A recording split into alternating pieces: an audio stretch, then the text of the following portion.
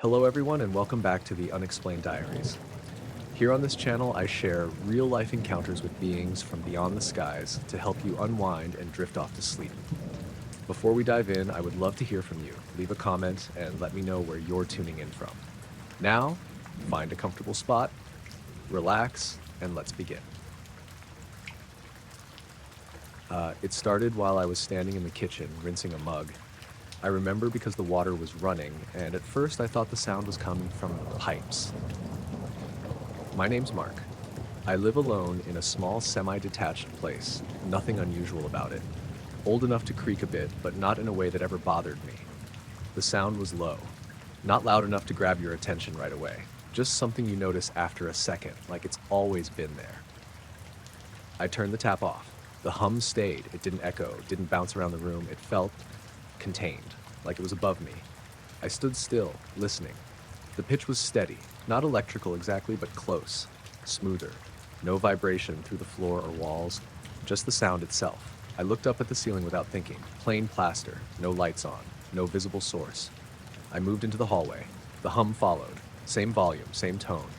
I paused halfway between rooms. It didn't get louder or quieter depending on where I stood. It just felt like it was directly overhead. Always. I checked the lights, flicked a few switches, nothing changed. No flickering, no buzzing from fixtures. The sound didn't react. I walked into the living room. Same thing. The hum stayed centered above me. I tried to locate it properly, moved side to side, but it didn't behave like a normal sound. There was no direction to it. Just above. I stood under the center of the room and listened carefully. The pitch was constant, but there was something under it. A slight variation. Almost like a second tone layered underneath, shifting very slowly. I frowned and looked at the ceiling again. There's a loft above, but nothing up there except insulation and a few boxes. No machinery, no vents, nothing that would make a sound like that. I walked toward the front door. The hum didn't change. I reached for the handle, hesitated for a second, then opened it. Cold air came in. I stepped outside. The hum stopped instantly. No fade, no trailing echo, just gone. I stood on the doorstep, listening. Nothing. Just the normal outside sounds. Distant traffic, a faint breeze, someone's dog barking a few houses over. I stepped back inside. The hum returned immediately. Same tone, same position above me. I stopped just inside the door, listened, stepped out again. Silence. Back in. Hum. I repeated it a few times. Each time the same thing. Inside, the sound. Outside, nothing. I closed the door and leaned against it for a second, trying to think. Maybe something on the roof. I stepped back outside and looked up. The roofline looked normal. No lights, no movement, no sound. I walked a few steps away from the house, stood in the middle of the street, listened again. Nothing. I turned back and went inside. The hum came back the moment I crossed the threshold. I moved further into the house, slower this time, trying to pinpoint where it was strongest, but it didn't behave like that. It stayed centered, all the way into the bedroom. Same thing. The ceiling there is lower. The sound felt closer, not louder, just nearer. I stood still, looking straight up. The pitch shifted slightly, just for a second, then returned to normal. That small change made it feel less like background noise and more like something active. I stepped back into the hallway. The pitch corrected itself. I went back into the kitchen, same hum, same steady tone. I grabbed a chair and stood on it, reaching up to touch the ceiling. Nothing. No vibration, no warmth, just solid. I knocked on it lightly. The sound was normal, flat, hollow, no difference, but the hum stayed, unaffected. I climbed down and stood there, hands on the counter. The room felt slightly off, not colder exactly, just still, more still than it should have been. I realized I couldn't hear the usual background noise of the house. No faint ticking from the clock in the living room, no distant creaks, just the hum. I walked back to the front door and opened it again. Stepped outside. Silence. The normal world returned instantly. I turned around and looked at the house. From out there, it looked completely ordinary. No sound coming from it. No sign of anything unusual. I stepped back inside. The hum came back, exactly as before. I stood there for a long time, not moving much, just listening. At some point, I noticed the pitch shifting again, very slightly, like it was adjusting or tracking something. I took a step to the left. The sound stayed above me. I took a step to the right. Same thing. It didn't drift, didn't lag. It stayed centered. I stopped moving. The pitch settled again. I felt that tightness in my chest return. Not panic, just a growing sense that I didn't understand what was happening. I went into the living room and sat down on the couch. The hum followed. Still above. I leaned forward, elbows on my knees, staring at the floor, trying to think of anything that could explain it. Nothing fit.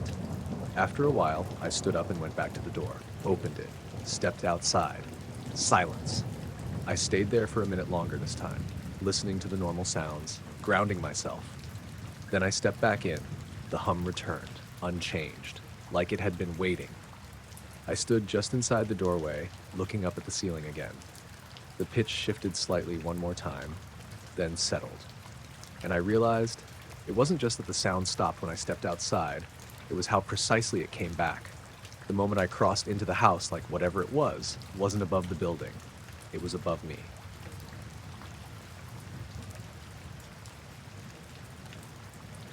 I first noticed it because the timestamp didn't line up. I was checking my front camera the next morning, just out of habit. My name's Darren. I've got a small place at the end of a cul-de-sac, nothing fancy, but I keep a couple of cameras up, one covering the driveway, one the front door. Nothing's ever really happened, but I still check them most mornings. That day, something felt off right away. The footage jumped.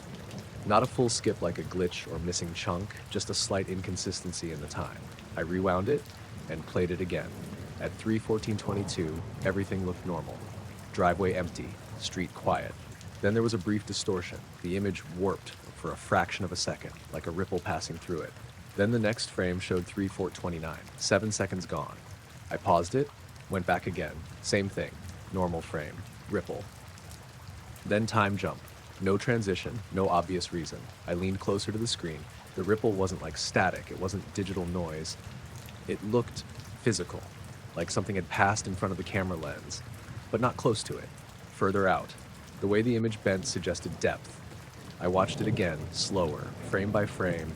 Right before the distortion, the driveway looked exactly the same. Then the ripple. The whole image curved slightly, like heat haze, but sharper. Then it snapped back, and the timestamp skipped forward. I checked the rest of the footage. Nothing else like it. Everything before and after was continuous. No gaps, no other distortions. Just that one moment. I switched to the other camera, front door view, scrolled to the same time. There it was again. Different angle, same effect. The image warped, then jumped forward a few seconds. I sat back, frowning. 2 cameras, same time, same kind of distortion. That ruled out a single camera glitch. I opened the system logs. Nothing unusual, no drop frames recorded, no connection issues. Everything showed as normal. I got up and went outside. The air was cool, slightly damp, cloudy morning, no sun. I stood in the driveway, looking around, nothing out of place. The cameras were mounted where they'd always been. No damage, no movement. I looked up at the sky. Low cloud cover, nothing visible. I walked to the spot where the camera faced. Stood roughly where the distortion would have passed through. Tried to imagine what could have caused it. A bird, maybe. But it wouldn't create that kind of ripple, and it wouldn't affect both cameras like that. I went back inside and watched the footage again. This time I focused on the edges of the frame. During the ripple, the straight lines of the house and driveway bent slightly, just for that moment, then returned to normal. It wasn't just a visual glitch. It was like the entire scene had been shifted. I noticed something else. Right before the ripple, the lighting changed slightly. Not brighter, just different. Hard to explain. Like the shadows weren't quite where they should have been. Then the ripple, then the jump. I checked the timestamps again, 7 seconds missing. Not a huge amount, but enough that something could have happened. I tried to scrub through frame by frame, see if there was anything hidden, but there was nothing between those 2 frames. Just a gap, like it had been cut out cleanly. I sat there for a while, watching it loop. The ripple, the jump, over and over. After a bit, I decided to check the previous night's footage. Maybe it had happened before, and I just missed it. I scrolled back, hours of nothing. Empty street, occasional car passing, no distortions, no gaps. Then I got to around 2 a.m. Something caught my eye. The image looked slightly off. Not a full ripple, just a subtle shift, like the camera angle had changed by a fraction. Then it corrected itself. No timestamp jump that time. I leaned in closer. Then I watched it again. There it was. A tiny warp. barely noticeable, but once I saw it, I couldn't unsee it. I checked the other camera at the same time, same thing, a slight shift, then normal. I felt that same tightness in my chest again. I went back to the main event at 3:14, watched the ripple, the jump. Then I paused it on the frame right before the distortion. Everything looked normal, but something about it felt wrong. Like there was something there that the camera wasn't fully capturing. I couldn't point to anything specific, just a sense that the space wasn't empty. I leaned back and rubbed my eyes, looked at it again, same feeling. I stood up and walked back outside. The sky hadn't changed, still low clouds, no movement, no sound. I stood in the driveway again. This time, I paid attention to how the air felt. Normal, cool, still, nothing unusual. But I couldn't shake the idea that something had passed through here. Something that didn't show up directly, only in the way it bent the image and the way time seemed to skip around it. I went back inside and shut the system down for a bit. Let it reset, turned it back on. Everything worked fine. Live feed looked normal, no distortion, no lag. But later that night, I checked it again, just out of habit. And for a second, just a second, the live image seemed to stretch slightly, like it was being pulled, then it snapped back. And the timestamp jumped forward a few seconds, like something had passed through again, only this time, I was watching it happen. I noticed it as soon as I sat up. My phone was on the floor, placed neatly near the foot of the bed, screen facing up. The charging cable was still plugged into the wall, trailing loosely over the side of the nightstand, but not connected to anything. I just stared at it for a few seconds. I knew I hadn't left it there. I'm pretty routine about that kind of thing. I always plug it in on the nightstand, same spot, screen down. It's just a habit. But there it was, flat on the floor like someone had set it there carefully. I leaned over and picked it up. The screen was still on, dimmed, but not off. The battery icon was red, 3%. That didn't make sense either. I'd gone to bed with it charging. It had been around 50 or 60% at least. I remember checking it before I turned the light off. I sat there for a moment, trying to piece it together. Maybe I'd knocked it off in my sleep. That was the first thought. But the cable wasn't attached. If I'd pulled it down accidentally, it should have still been connected to the phone, or at least tangled. Instead, it was just hanging there, loose, like it had been unplugged first. I looked at the time, 5:12 a.m. Still dark outside. The room felt slightly colder than usual. Not freezing, just enough that I noticed it without thinking about it. I rubbed my face and checked the phone again. No missed calls, no notifications beyond the usual overnight stuff. I opened the battery settings. The graph showed a steady drop over the last few hours, like it had been actively used. But I didn't remember waking up at all. I scrolled through the usage list. Nothing obvious, no apps running for long periods, no screen time spikes, just a gradual drain. I set the phone on the bed and looked around the room. Everything else seemed normal. The curtains were closed, the door was still shut, no signs that anything had been moved. I got out of bed and walked over to the window, pulling the curtain back slightly. The street outside was empty. No cars, no people. The sky had that early morning gray, just starting to lighten. I let the curtain fall back into place. Then I noticed something else, the charging cable. It was plugged into the wall, but it felt warm when I touched it. Not hot, just warmer than it should have been after sitting unused. I unplugged it and plugged it back into the phone. The charging symbol came on immediately. I watched it for a second. The battery percentage ticked up from 3 to 4. Normal. I sat back on the bed, still holding the phone, trying to figure out what I was missing. Then I noticed the screen. There was a faint smudge across it. Not unusual on its own, but this one was different. It wasn't like a fingerprint. It was more like a streak, a curved line almost. I tilted the phone to catch the light. The streak shifted slightly. It wasn't on the surface, or at least it didn't look like it. I wiped it with my thumb. It didn't go away. I pressed a bit harder. Still there. It looked like it was beneath the glass. I frowned and turned the screen off. The streak disappeared. I turned it back on. There it was again. Same position, same faint curve. I set the phone down again, face up this time, and leaned back slightly. My eyes drifted to the spot on the floor where I'd found it. There was nothing there now, just the carpet. But I kept looking at it anyway, trying to imagine how it had ended up there. Carefully placed, screen on, battery drained. I picked the phone back up and checked the time again. 5:18 a.m. Only a few minutes had passed. It felt longer. I unlocked it and opened the camera roll. Nothing new, no photos or videos I didn't recognize. I checked the system logs, the background activity. Everything looked normal, too normal. Like, there should have been something, anything, to explain the battery drain. But there wasn't. I set the phone back on the nightstand this time, plugged in properly, made sure the cable was secure. Then I lay back down. I didn't feel tired anymore, just aware. The room was quiet, completely still. I stared at the ceiling for a while. Then I turned my head slightly toward the nightstand. The phone screen lit up briefly, just a soft glow.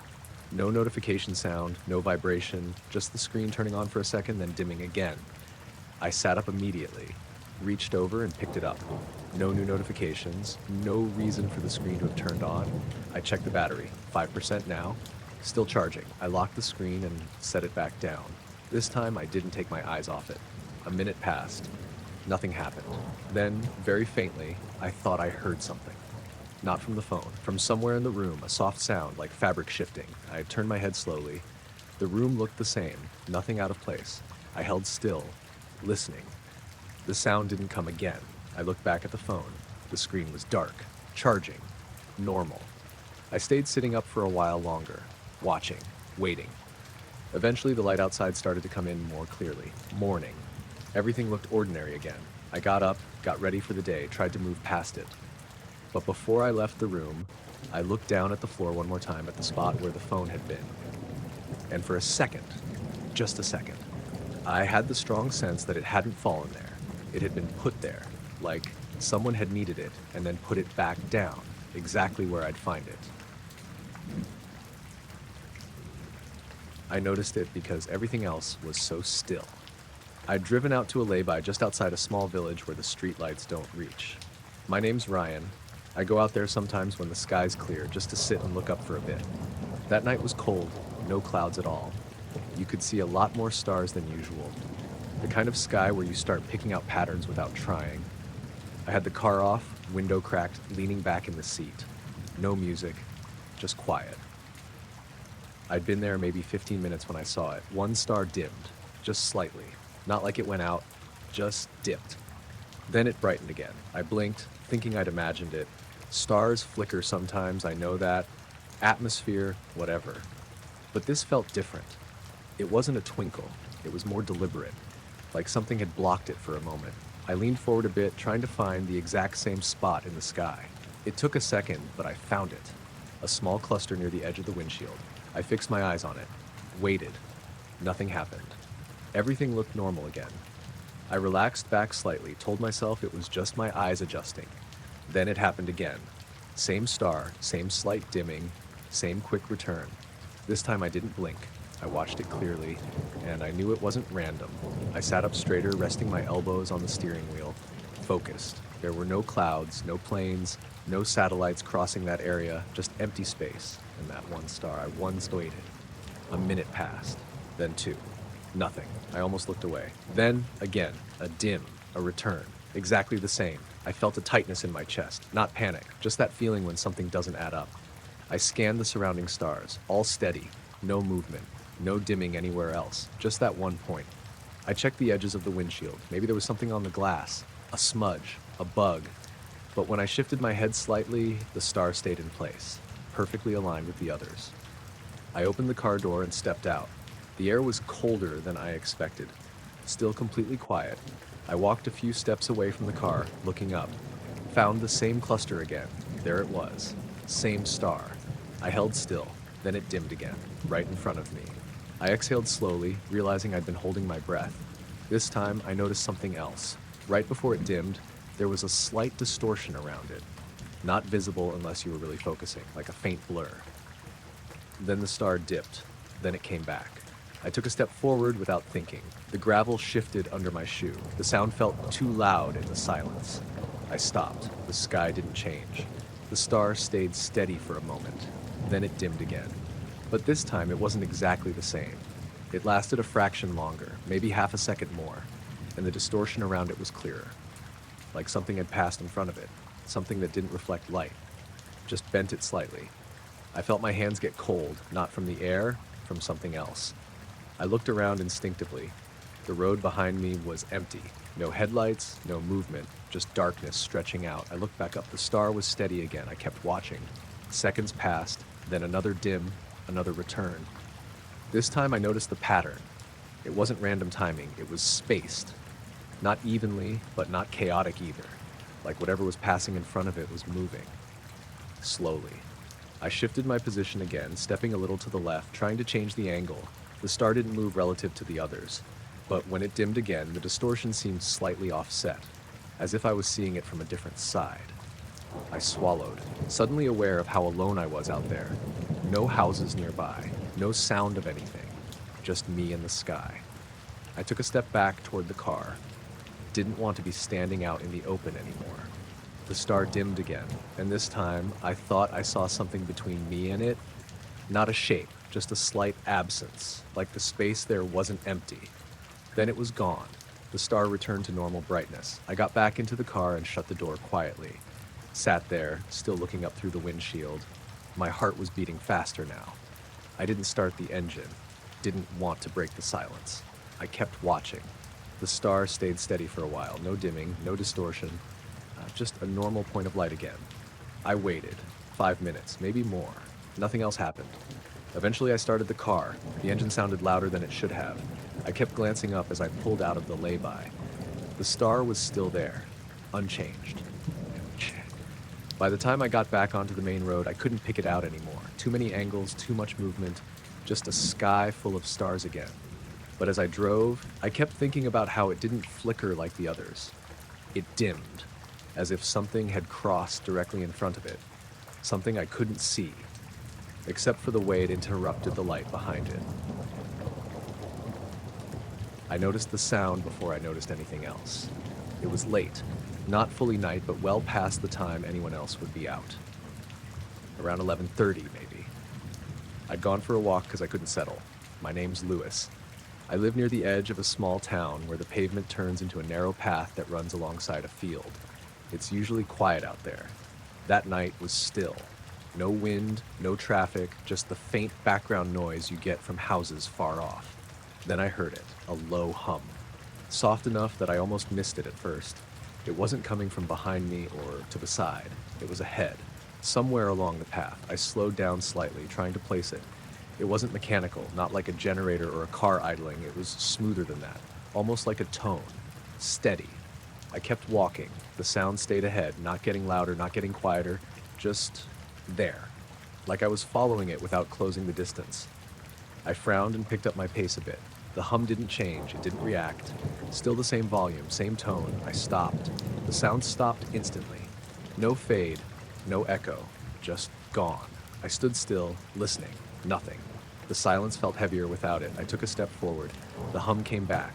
Same tone, same position ahead of me. I stopped again. It stopped. That's when it started to feel wrong. I stayed still for a few seconds longer this time. The air felt colder than it had before. I could hear my own breathing, my shoes shifting slightly on the pavement.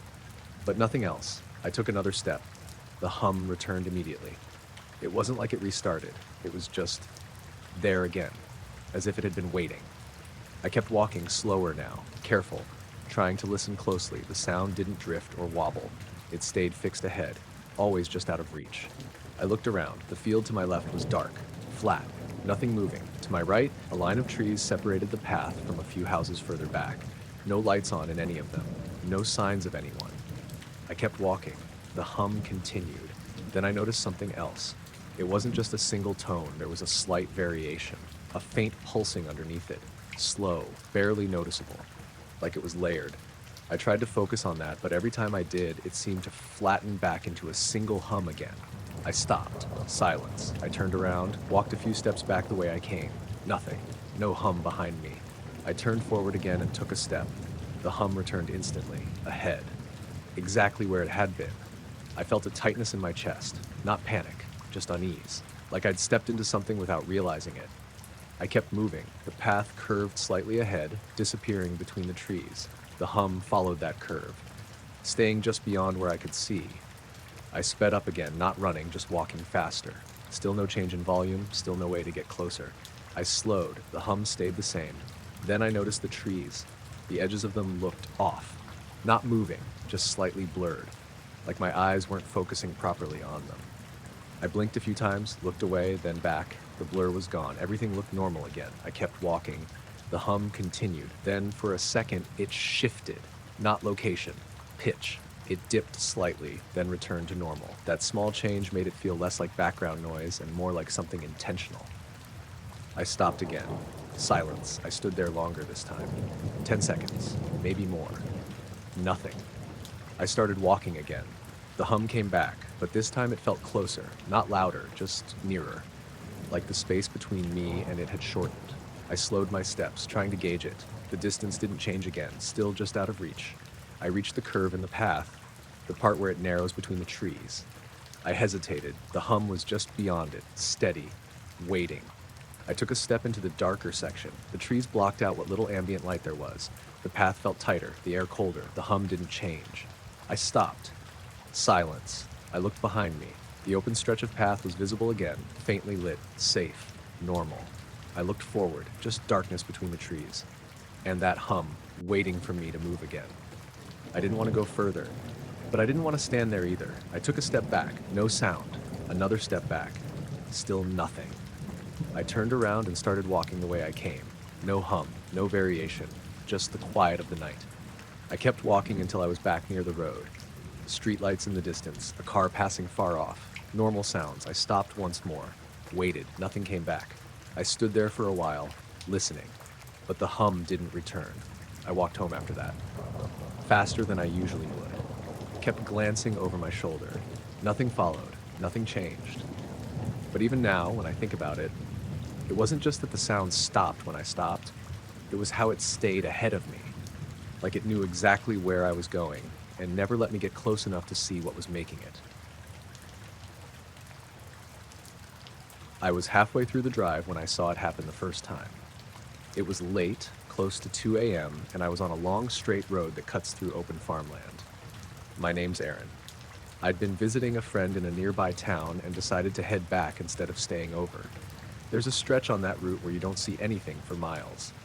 No houses, no streetlights, just fields and sky. That night was clear, properly clear. You could see a lot of stars, more than usual. I remember thinking it was almost too bright up there compared to how dark the road was. I had the radio on low, more out of habit than anything. The car was running fine, steady speed, nothing unusual. Then I noticed it. The stars ahead of me seemed to shift, not move across the sky like satellites, not twinkle. They shifted together, like a reflection being disturbed in water, just a slight ripple. Then everything snapped back to normal. I blinked and leaned forward a bit, squinting through the windshield. The sky looked exactly the same. Stars in the same positions. No movement. I slowed down slightly without really meaning to. Tried to focus on the same patch of sky. Nothing. I told myself it was probably my eyes. Maybe I'd blinked or adjusted focus at the wrong moment. But it didn't feel like that. It felt external. I kept driving. The road stayed straight, disappearing into darkness ahead. A few minutes passed. I relaxed a bit. Then it happened again, same effect, a subtle shift, like something had disturbed the image of the stars. Just for a second, then everything returned to normal. This time I was sure I hadn't blinked. I kept my eyes open, fixed forward. My grip on the wheel tightened slightly. I slowed down more. The car dropped to about 40. I wanted to see it happen again, to understand it. The sky stayed still, perfectly normal. No clouds, no visible objects, just stars. Then I noticed something else. That patch of sky where it had happened felt different. Not visibly, just harder to focus on. Like my eyes didn't want to settle there. I kept looking anyway, and then, again, a third time, the same ripple, subtle, quick, but unmistakable. The stars didn't move independently, they all shifted together, like they were being seen through something, then snapped back. I felt a cold sensation run through me. Not fear exactly, just a strong awareness that something wasn't right. I slowed the car even more, almost crawling now. The road was empty, no other headlights anywhere. I turned the radio off.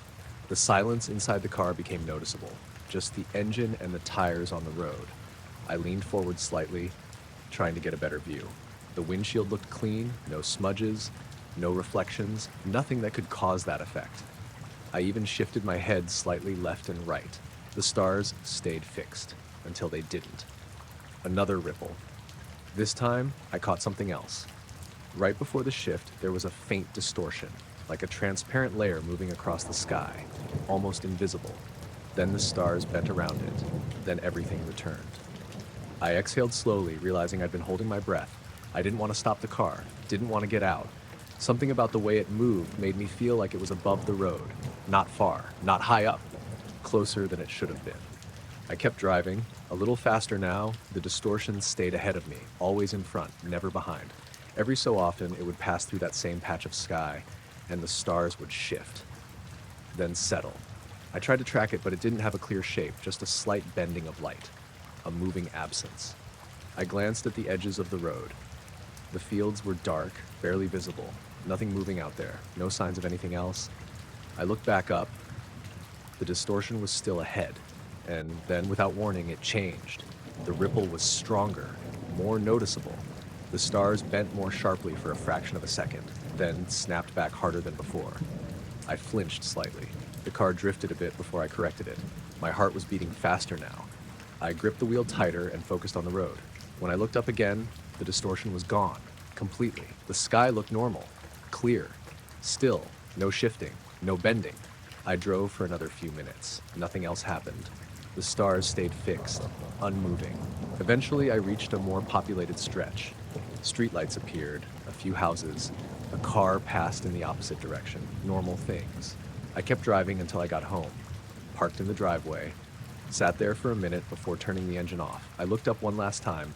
The sky above my house looked normal. No distortion, no movement, just stars. But I kept thinking about that stretch of road, how the stars didn't move on their own, but reacted to something passing in front of them. Something I couldn't see, except for the way it bent the sky around it. I noticed it because the room wasn't fully dark. There was a faint glow along the edge of my window frame, just enough to catch my eye when I shifted onto my side. My name's Callum. I live alone in a small flat on the second floor, facing a narrow street with a couple of streetlights that usually leak a bit of light through the curtains. But this wasn't that. This was thinner, more precise, like a line of soft light tracing the exact edge where the window met the wall. I lay still, staring at it. At first I assumed it was a car outside, headlights passing by, but it didn't move, and it didn't spill into the room. It stayed exactly along that edge, like it was being held there. I pushed myself up slightly on one elbow. The glow stayed steady, no flicker, no shifting, just a faint, pale line. I looked toward the rest of the room. Everything else was dark. No extra light coming through the curtains, no change on the walls. I glanced back at the window frame. Still there. I reached over and checked my phone. 2:38 a.m. I hadn't been asleep long. I set the phone back down and watched the line again. It felt wrong, not bright enough to illuminate anything, but too defined to ignore. I sat up properly this time. The mattress creaked a little under me. The glow didn't react, didn't change. I swung my legs over the side of the bed and stood up. The floor was cold. I took a step toward the window. The line of light stayed exactly where it was. As I got closer, I expected to see something outside causing it. A car parked weirdly, someone with a flashlight. But the closer I got, the less sense it made. The curtains were closed. Fully. There shouldn't have been any direct light coming through like that. I reached out and touched the wall next to the frame. Nothing. No warmth, no vibration, just normal. I hesitated, then pulled the curtain back slightly. The street outside was empty. The usual streetlight down the road was on, but it wasn't lined up with my window, and it didn't cast light like that. I looked up and down the street. No cars, no movement, no source. I let the curtain fall back into place. The glow was still there. Exactly the same. I stepped back slowly, keeping my eyes on it. Then it changed. Not suddenly, just slowly dimming, like someone lowering a dial. The lines softened, faded. I felt a strange tightness in my chest. I took another step back. The room felt colder now. I didn't know why. There wasn't any sound, no hum, no outside noise, just silence. The glow continued to fade, but it didn't disappear all at once. Parts of it went first. Sections along the frame dimmed unevenly. until only a small portion remained near the top corner. I stared at that last bit. It held for a second longer, then it faded completely. The room went back to normal darkness. I stood there for a few seconds, not moving, waiting to see if it would come back. It didn't. I walked over to the window again and pulled the curtain open fully this time. The street looked exactly like it always did, empty, still. I pressed my hand lightly against the glass. It felt normal, cold but not unusually so. No condensation, no marks, nothing to suggest anything had been there. I closed the curtain again and stepped back. The wall where the glow had been looked completely normal, no discoloration, no afterimage. I stood there for a while longer, just looking at that spot, trying to figure out what could have caused it, but nothing fit. It hadn't lit up the room, hadn't cast shadows, hadn't moved like any normal light would. It had just traced the edge and then faded. Eventually I got back into bed, lay on my back this time, facing the ceiling. I kept glancing over at the window every few seconds. Nothing else happened, but I didn't fall asleep for a long time. At some point I must have drifted off, because when I woke up, it was morning. The room was bright, sunlight coming through the same window, normal light, spreading across the walls the way it should. I got up and went straight to the window, pulled the curtain back, looked at the frame. Everything looked exactly the same. I ran my fingers along the edge where the glow had been. Just painted wood, nothing unusual. But later that night, when I turned the lights off and got into bed, I found myself watching that same spot again, waiting, because whatever had been there the night before hadn't come from outside and hadn't lit anything except that one exact line, like it knew where the edges were and chose to follow them. I noticed it because the water went quiet, not calm like usual. This was different. I'd been out early, just after sunrise, at a small lake a few miles outside town. My name's Neil. I go there a lot on weekends. There's a narrow wooden platform that sticks out over the water, just big enough for one person and a tackle box. That morning was cold but clear. No wind, barely any ripples. Just the occasional movement from fish near the surface. I'd been there maybe an hour. Nothing biting, but I didn't mind. I had a line out, thermos beside me, just watching the water. Then everything stilled. The tiny ripples stopped. Even the insects hovering above the surface seemed to vanish. I remember noticing how flat it looked, like glass. I leaned forward slightly, scanning the area where my line dipped into the water. That's when I saw it, a faint glow, not on the surface, underneath. At first I thought it was sunlight catching something below, but the angle was wrong. The sun was still low behind me, and the water usually reflected it, not held it like that. This was deeper. A soft, pale light, maybe a few feet down. Perfectly still. I squinted, trying to make it out better. It wasn't bright enough to illuminate anything around it. The water stayed dark beyond that small area, just a contained glow. I shifted my position slightly on the platform. The glow didn't move with my perspective. It stayed fixed in the water. I pulled my line in slowly, not wanting it anywhere near that spot. The lure broke the surface with a small ripple that spread outward. The glow didn't react, didn't flicker, didn't distort. It just stayed there. I sat there, holding the rod, not really sure what I was looking at. The water around it remained completely still. No fish movement, no disturbance. I set the rod down and leaned further forward, resting my hands on the edge of the platform. The wood creaked slightly under my weight. The glow remained unchanged. I tried to gauge its shape. It wasn't circular, not clearly. More like a loose patch of light, soft edges, no defined center. I watched it for a while. Nothing happened. No movement. No change in brightness, just a quiet, steady presence under the water. I glanced around the lake. No one else was there. No boats. No other fishermen. Just me. The trees around the edge were still, no wind moving through them. I looked back down. The glow was still there, exactly where it had been. Then I noticed something else. The water directly above it looked slightly different. Not brighter, just thinner, like there was less depth to it. Hard to explain, but it felt like I was looking through less water in that spot. I leaned even closer, close enough that I could see my own reflection faintly on the surface. The glow didn't distort it, didn't reflect off it. It was just beneath. I reached out and dipped my fingers into the water, a few inches away from the glow. The surface broke easily. The cold hit immediately. I moved my hand closer, slowly. The glow didn't shift, didn't react. I stopped just short of touching it. Something about that felt like a bad idea. I pulled my hand back out. Water dripped off my fingers, creating small ripples that spread across the surface.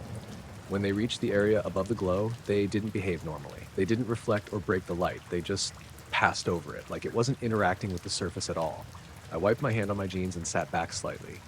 My chest felt tight again. Not fear exactly, just unease. I looked at the spot, trying to make sense of it. Then slowly it began to fade. Not quickly, just a gradual dimming, like someone lowering a light. It didn't rise, didn't move, just lost intensity. I leaned forward again, watching closely. The edges softened first, then the center, the whole thing shrinking in brightness rather than size. I held still, didn't want to miss anything. Within maybe 10 seconds, it was gone. The water returned to normal, dark, reflective. The ripples from earlier still faintly visible. I stared at the spot for a while longer, waiting for it to come back. Nothing did. The insects returned. A few small disturbances appeared on the surface where fish moved again. Again, the lake looked exactly like it had before. I picked up my rod, hands feeling slightly unsteady, cast the line again, though I wasn't really focused on fishing anymore. I kept glancing back at that spot. Nothing, just water. Eventually, I packed up and left. Didn't stay as long as I usually do. As I walked back along the path, I kept thinking about how still it had been. How the light didn't move, didn't rise, didn't reflect, and how it faded without ever surfacing. Like whatever it was had been there, and then simply wasn't anymore. I saw it just after I turned off the main road. It was one of those narrow lanes that cut through farmland. No markings, hedges on both sides. I'd driven that way plenty of times before. My name's Jamie. I was heading back from my sister's place, took a shortcut I knew well enough. It was late. Around 1 a.m. The sky was overcast, no stars, just a dull gray ceiling. No streetlights either. The only light was from my headlights and the dashboard. I was going slow, maybe 30 because of the bends. That's when I noticed something in the field to my left. At first, I thought it was a reflection, a faint glow, low to the ground. Not bright, just enough to stand out against the dark. I eased off the accelerator and leaned forward slightly. The glow didn't flicker like a torch or a lamp. It was steady. I slowed down more, almost coasting. The hedges opened up a bit where there was a gap, and I got a clearer view into the field. The glow was hovering, not touching the ground, maybe a foot or two above it. It didn't cast light onto anything around it. The grass beneath it stayed dark. The fence line nearby stayed dark. It was just there, like a patch of light without a source. I kept rolling forward, eyes fixed on it. Then it moved. Not toward me, not away, sideways, smooth, like it was sliding across the field. No bobbing, no uneven motion, just a steady glide. I felt my grip on the wheel tighten. I slowed almost to a stop. The glow kept moving. Same height, same brightness, still not lighting anything around it. I checked my mirrors without really thinking. Empty road behind me, no headlights, no other cars. I looked back to the field. The glow had shifted further along, still parallel to the road, keeping pace with me, but at a distance. I rolled the car forward a bit. The glow matched it, not speeding up, not lagging behind, just staying level with me. I frowned and leaned closer to the window, trying to get a better look. There was no shape to it, no clear edges, just a soft, contained brightness, like a fog that gave off light but didn't spread it. I cracked the window open. The night air came in, cold and still. No sound from the field, no buzzing, no hum, nothing. I stopped the car completely. The engine idled quietly. The glow stopped too, held its position in the field, perfectly still. I felt a strange pressure in my ears, like when you go up in altitude too quickly. It wasn't painful, just noticeable. I swallowed, trying to clear it. It didn't go away. I stepped out of the car. The gravel crunched under my shoe. The sound felt louder than it should have been. I stood beside the door, looking across the field. The glow was still there, unmoving, silent. The air felt heavier out there, like it had thickened somehow. I took a few steps away from the car. The headlights still pointed forward, lighting up the lane, but not reaching the field properly. The glow didn't change, didn't react. I stood still, watching, waiting. Then it moved again, sideways, same direction as before, Smooth, controlled. I felt my chest tighten slightly. I took a step forward without meaning to. The glow didn't come closer, just kept sliding.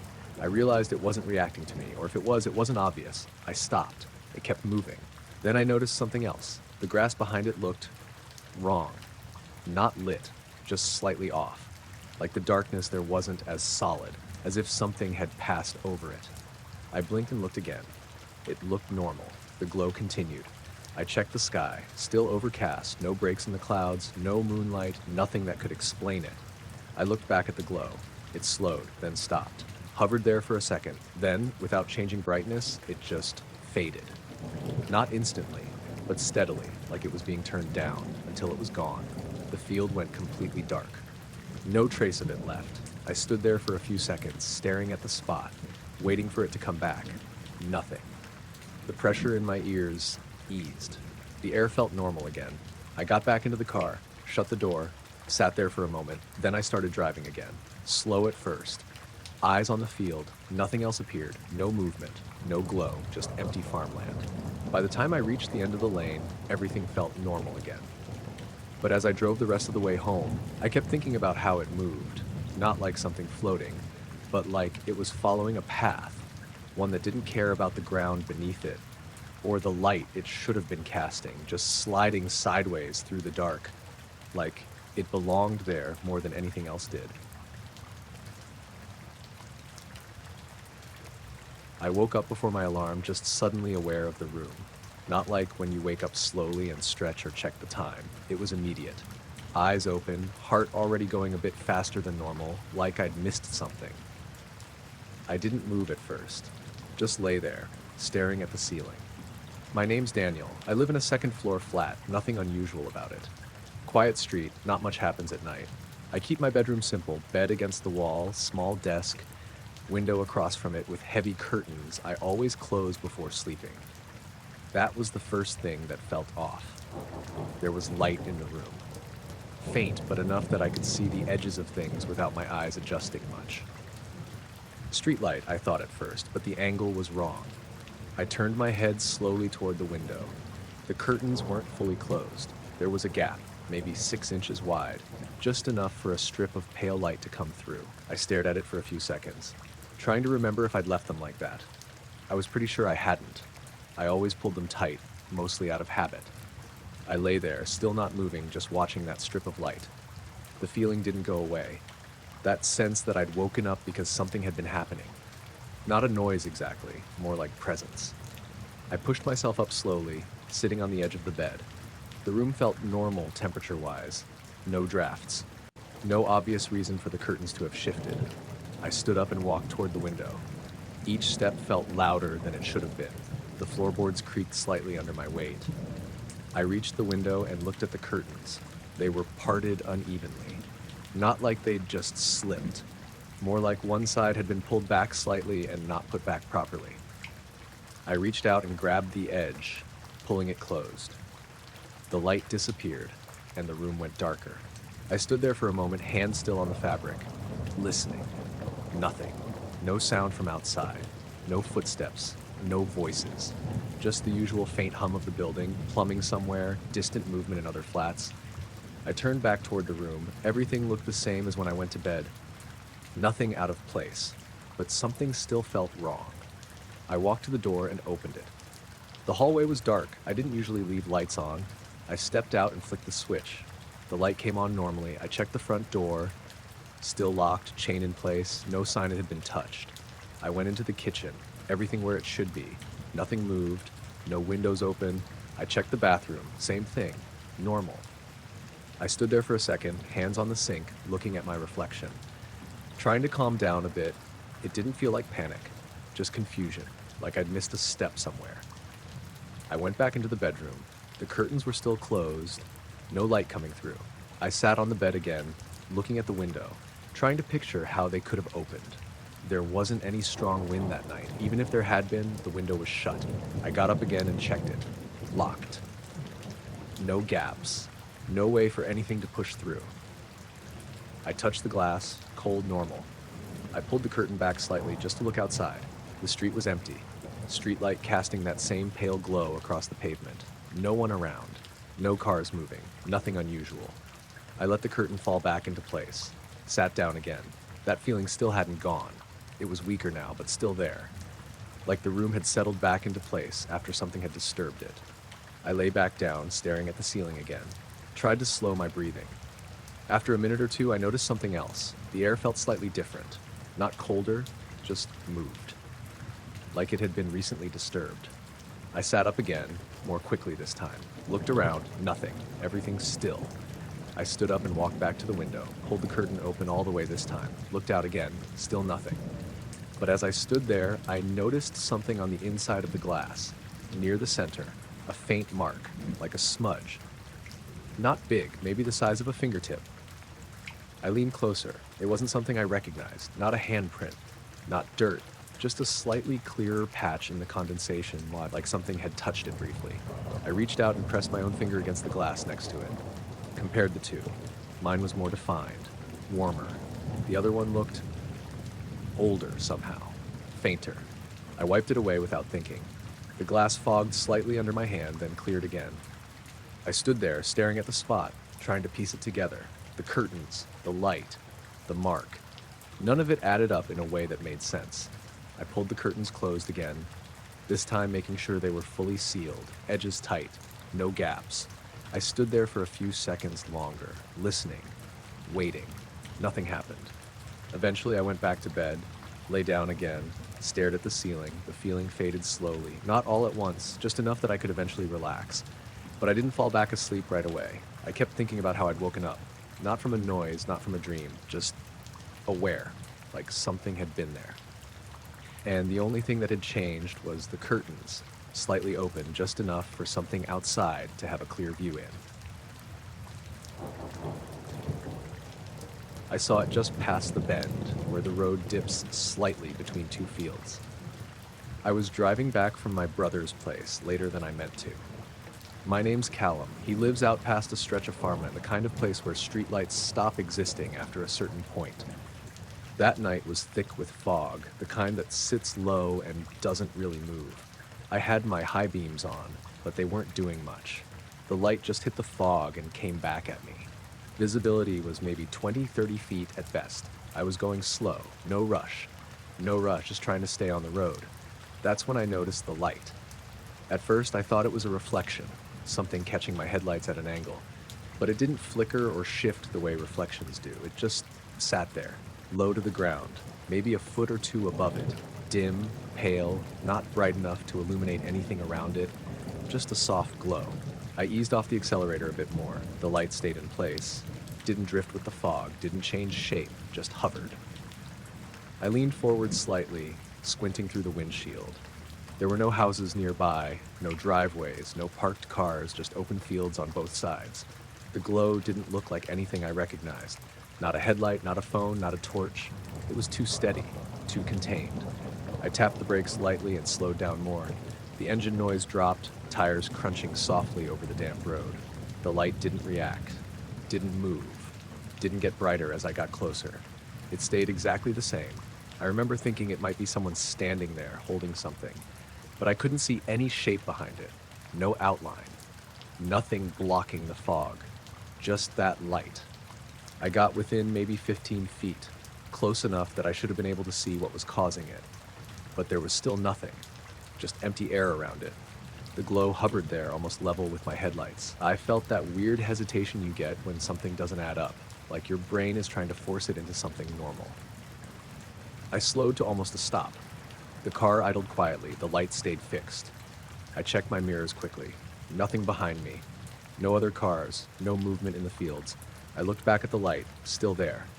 Still not doing anything. I edged forward another couple of feet. That's when it started to change, not move, just thin. Like it was being pulled apart. The edges softened first, then the center dimmed.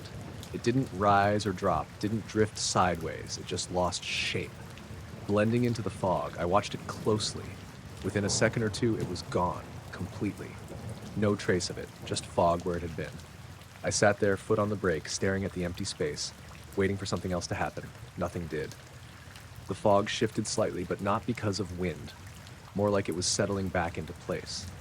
I pulled forward slowly, rolling through where the light had been. There was nothing on the road. No object, no mark, no change in the surface. I kept driving. Didn't speed up right away, just stayed slow, watching the road ahead. A few seconds later, I noticed something else. The fog ahead of me looked uneven, not in patches, but in density, like certain areas were thicker than others. I hadn't noticed that before. I drove another 100 yards or so, still scanning the road. Then, off to the right in the field, I saw another faint glow. This one was further away, harder to see. Same pale color, same soft edges. It wasn't hovering over the road this time, just sitting low over the ground. I slowed again, turned my head slightly to keep it in view. The car kept moving forward. The glow didn't follow, didn't react. It stayed in that spot. I slowed to almost a crawl, then stopped, sat there, engine idling, watching. The glow didn't change, didn't flicker, didn't move with the fog. After a few seconds, it started to fade, same as before, edges softening, center dimming, then gone. The field went back to being just fog and darkness. I felt that same tightness again. Not panic, just something off, like I was missing something obvious. I put the car back in gear and drove on. Didn't see anything else like it after that. The rest of the drive was normal. Fog stayed thick, but nothing unusual. When I got home, I sat in the car for a minute before going inside, just thinking about how still those lights were, how they didn't behave like anything I'd seen before. And the part that stuck with me wasn't just that they disappeared. It was how they didn't move at all. Even when I got close, like they weren't reacting to me, or the car, or anything. Just there, until they weren't.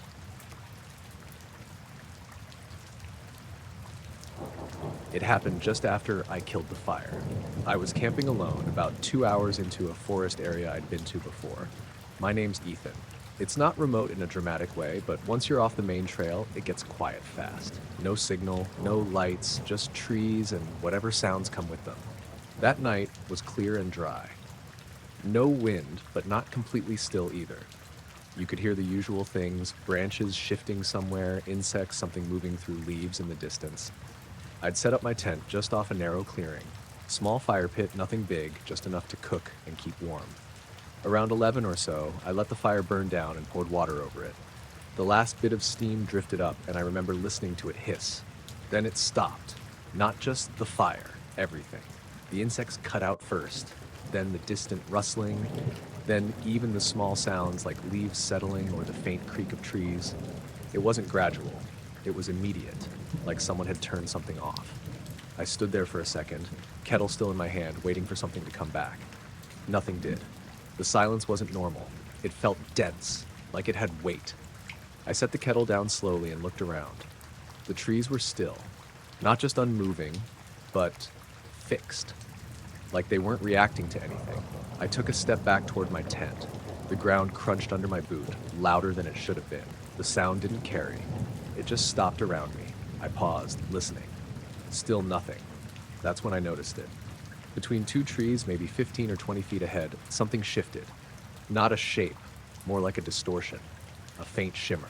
At first I thought it was my eyes adjusting to the dark, but it moved, slowly, sliding sideways through the trees. It didn't disturb anything, didn't brush branches or move leaves, just passed between them. The air around it looked slightly bent, like heat rising off pavement, but colder somehow. I felt my chest tighten. I didn't move, didn't want to make noise, didn't want it to notice me, even though I had no idea what it was. The shimmer kept moving. Not toward me, not away, just across my line of sight. It had no clear edges, no center, just a shifting area where things didn't look quite right. The bark of the trees behind it warped slightly as it passed, then returned to normal. I swallowed, my throat feeling dry. The silence pressed in harder, even my breathing sounded muffled. I tried to slow it down. The shimmer paused, just for a second, then continued.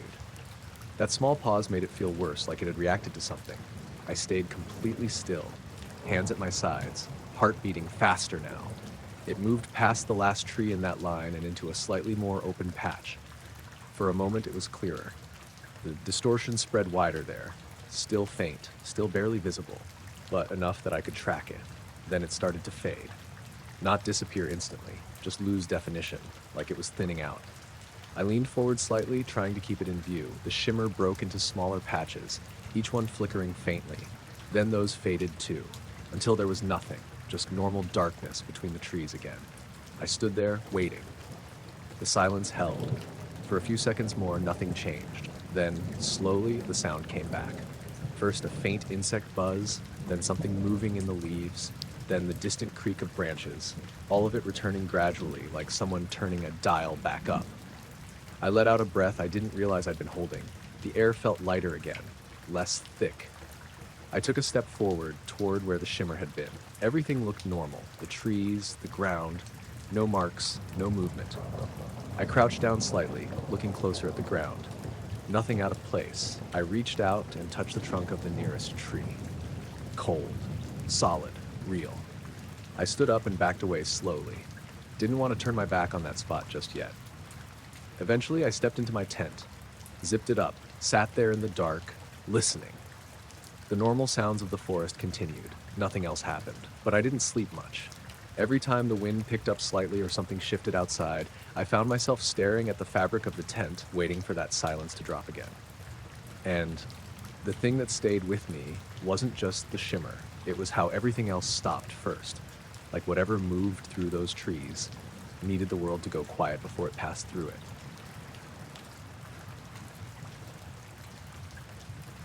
I noticed it because of the reflection, not the thing itself. I was driving back late from a job out past the industrial estates, heading onto a long stretch of road that cuts through open land. My name's Ryan. It's one of those routes you take when you want to avoid traffic, just straight lines, fields on either side, hardly any lights. It was a clear night, no clouds, no fog. You could see the stars pretty well once you got away from town. I had music on low, nothing distracting. Just cruising along, doing maybe 50. That's when something caught in my headlights. Not ahead of me, above. For a split second, the light bounced off something high up in the sky. It wasn't bright, just a quick flash, like metal catching light at the right angle. I blinked and looked up through the windshield. There was nothing there, just the normal night sky. Stars. Empty. I slowed down a little without really thinking about it. My brain tried to explain it away. Maybe a bird, maybe something on a wire I didn't see. But it didn't feel like that. The angle was wrong, too high. I kept driving, eyes flicking up every few seconds. The road stayed empty. No other cars, no movement in the fields. After maybe 20 seconds, it happened again. Another brief reflection, same kind of flash. This time I was already looking in that direction. I caught more of it. Something smooth, curved. Not large, but not tiny either. Hard to judge distance. It tilted slightly, just enough to catch the beam from my headlights. Then it was gone, not drifting out of view, not fading. It just wasn't there anymore, like it moved too fast for me to track. I slowed the car further down to about 30. My eyes stayed fixed on the sky ahead. I turned the music off. The silence in the car made everything feel sharper. The hum of the engine, the sound of the tires on the road. I kept scanning. Nothing. I told myself to just keep driving. Probably something simple. But I couldn't shake the way it had moved, or how quickly it disappeared. I drove another half mile or so. Then something else caught my attention. The radio. It didn't cut out, but the sound shifted slightly, like the volume dipped for a second, then came back. No static, just a brief drop. I glanced at the display, still tuned to the same station, no signal warning. The sound returned to normal. I looked back at the road. Everything looked the same. Flat stretch ahead, dark fields, stars above. Then I felt it. A slight pressure in my ears, like when you change elevation quickly. It wasn't painful, just noticeable. I swallowed, trying to clear it. It didn't go away right away. At the same time, the car felt different. Not heavier, not lighter, just slightly off. Like the suspension had shifted for a moment. Then it settled again. I tightened my grip on the wheel. That same tight feeling started in my chest. Not full panic, just something building. I looked up again, trying to catch that reflection. For a few seconds, nothing. Then, just above the line of sight where the road met the sky, I saw it again. But this time, not as a reflection, a faint outline, barely visible, like a darker shape against the sky, smooth edges, curved. It wasn't blocking the stars completely, just distorting them slightly, like looking through uneven glass. I slowed almost to a stop. The car idled, the shape hung there, not moving much. Then, slowly, it tilted, just enough for the headlights to catch it again. A dull metallic sheen flashed across its surface. That confirmed it. It wasn't just my eyes, there was something there. The tilt lasted maybe half a second. Then it shifted, not sideways, not down, up, instantly. No acceleration, no gradual movement. It just snapped upward and disappeared. The stars filled the space where it had been. No trail, no sound, nothing. I sat there in the middle of the road, engine running, staring at the empty sky, waiting, listening. The pressure in my ears faded slowly. The car felt normal again. The radio stayed steady. I checked my mirrors. Still no other cars, no lights in the distance. I looked back up. Nothing. I stayed there for a minute or two, just watching, trying to see any sign of movement, but the sky stayed still. Eventually, I started moving again, slowly at first, then picking up speed. I kept glancing up as I drove. Nothing else appeared. The rest of the drive was uneventful. By the time I got closer to town, the street lights washed out most of the stars. Everything felt normal again. When I pulled into my driveway, I sat in the car for a bit before getting out, just thinking about what I'd seen, the way it reflected the light, the way it tilted, and how it didn't move like anything I'd ever seen before. Not a plane, not a drone, not anything that follows normal motion, just there, then angled, then gone, straight upward, faster than my eyes could follow, like it hadn't been part of the sky at all, just passing through it. The power went out without any warning. I was in the living room, just sitting on the couch with the TV on low. My name's Aaron. It was late, probably around 11:30. Nothing unusual about the night, clear earlier, but clouds had rolled in by then. No storm though, no rain, no wind. The TV cut to black mid-sentence. At the same time, everything else went quiet. No hum from the fridge in the kitchen. No faint buzz from the lights. Just silence. I sat there for a second, waiting for it to come back. It didn't.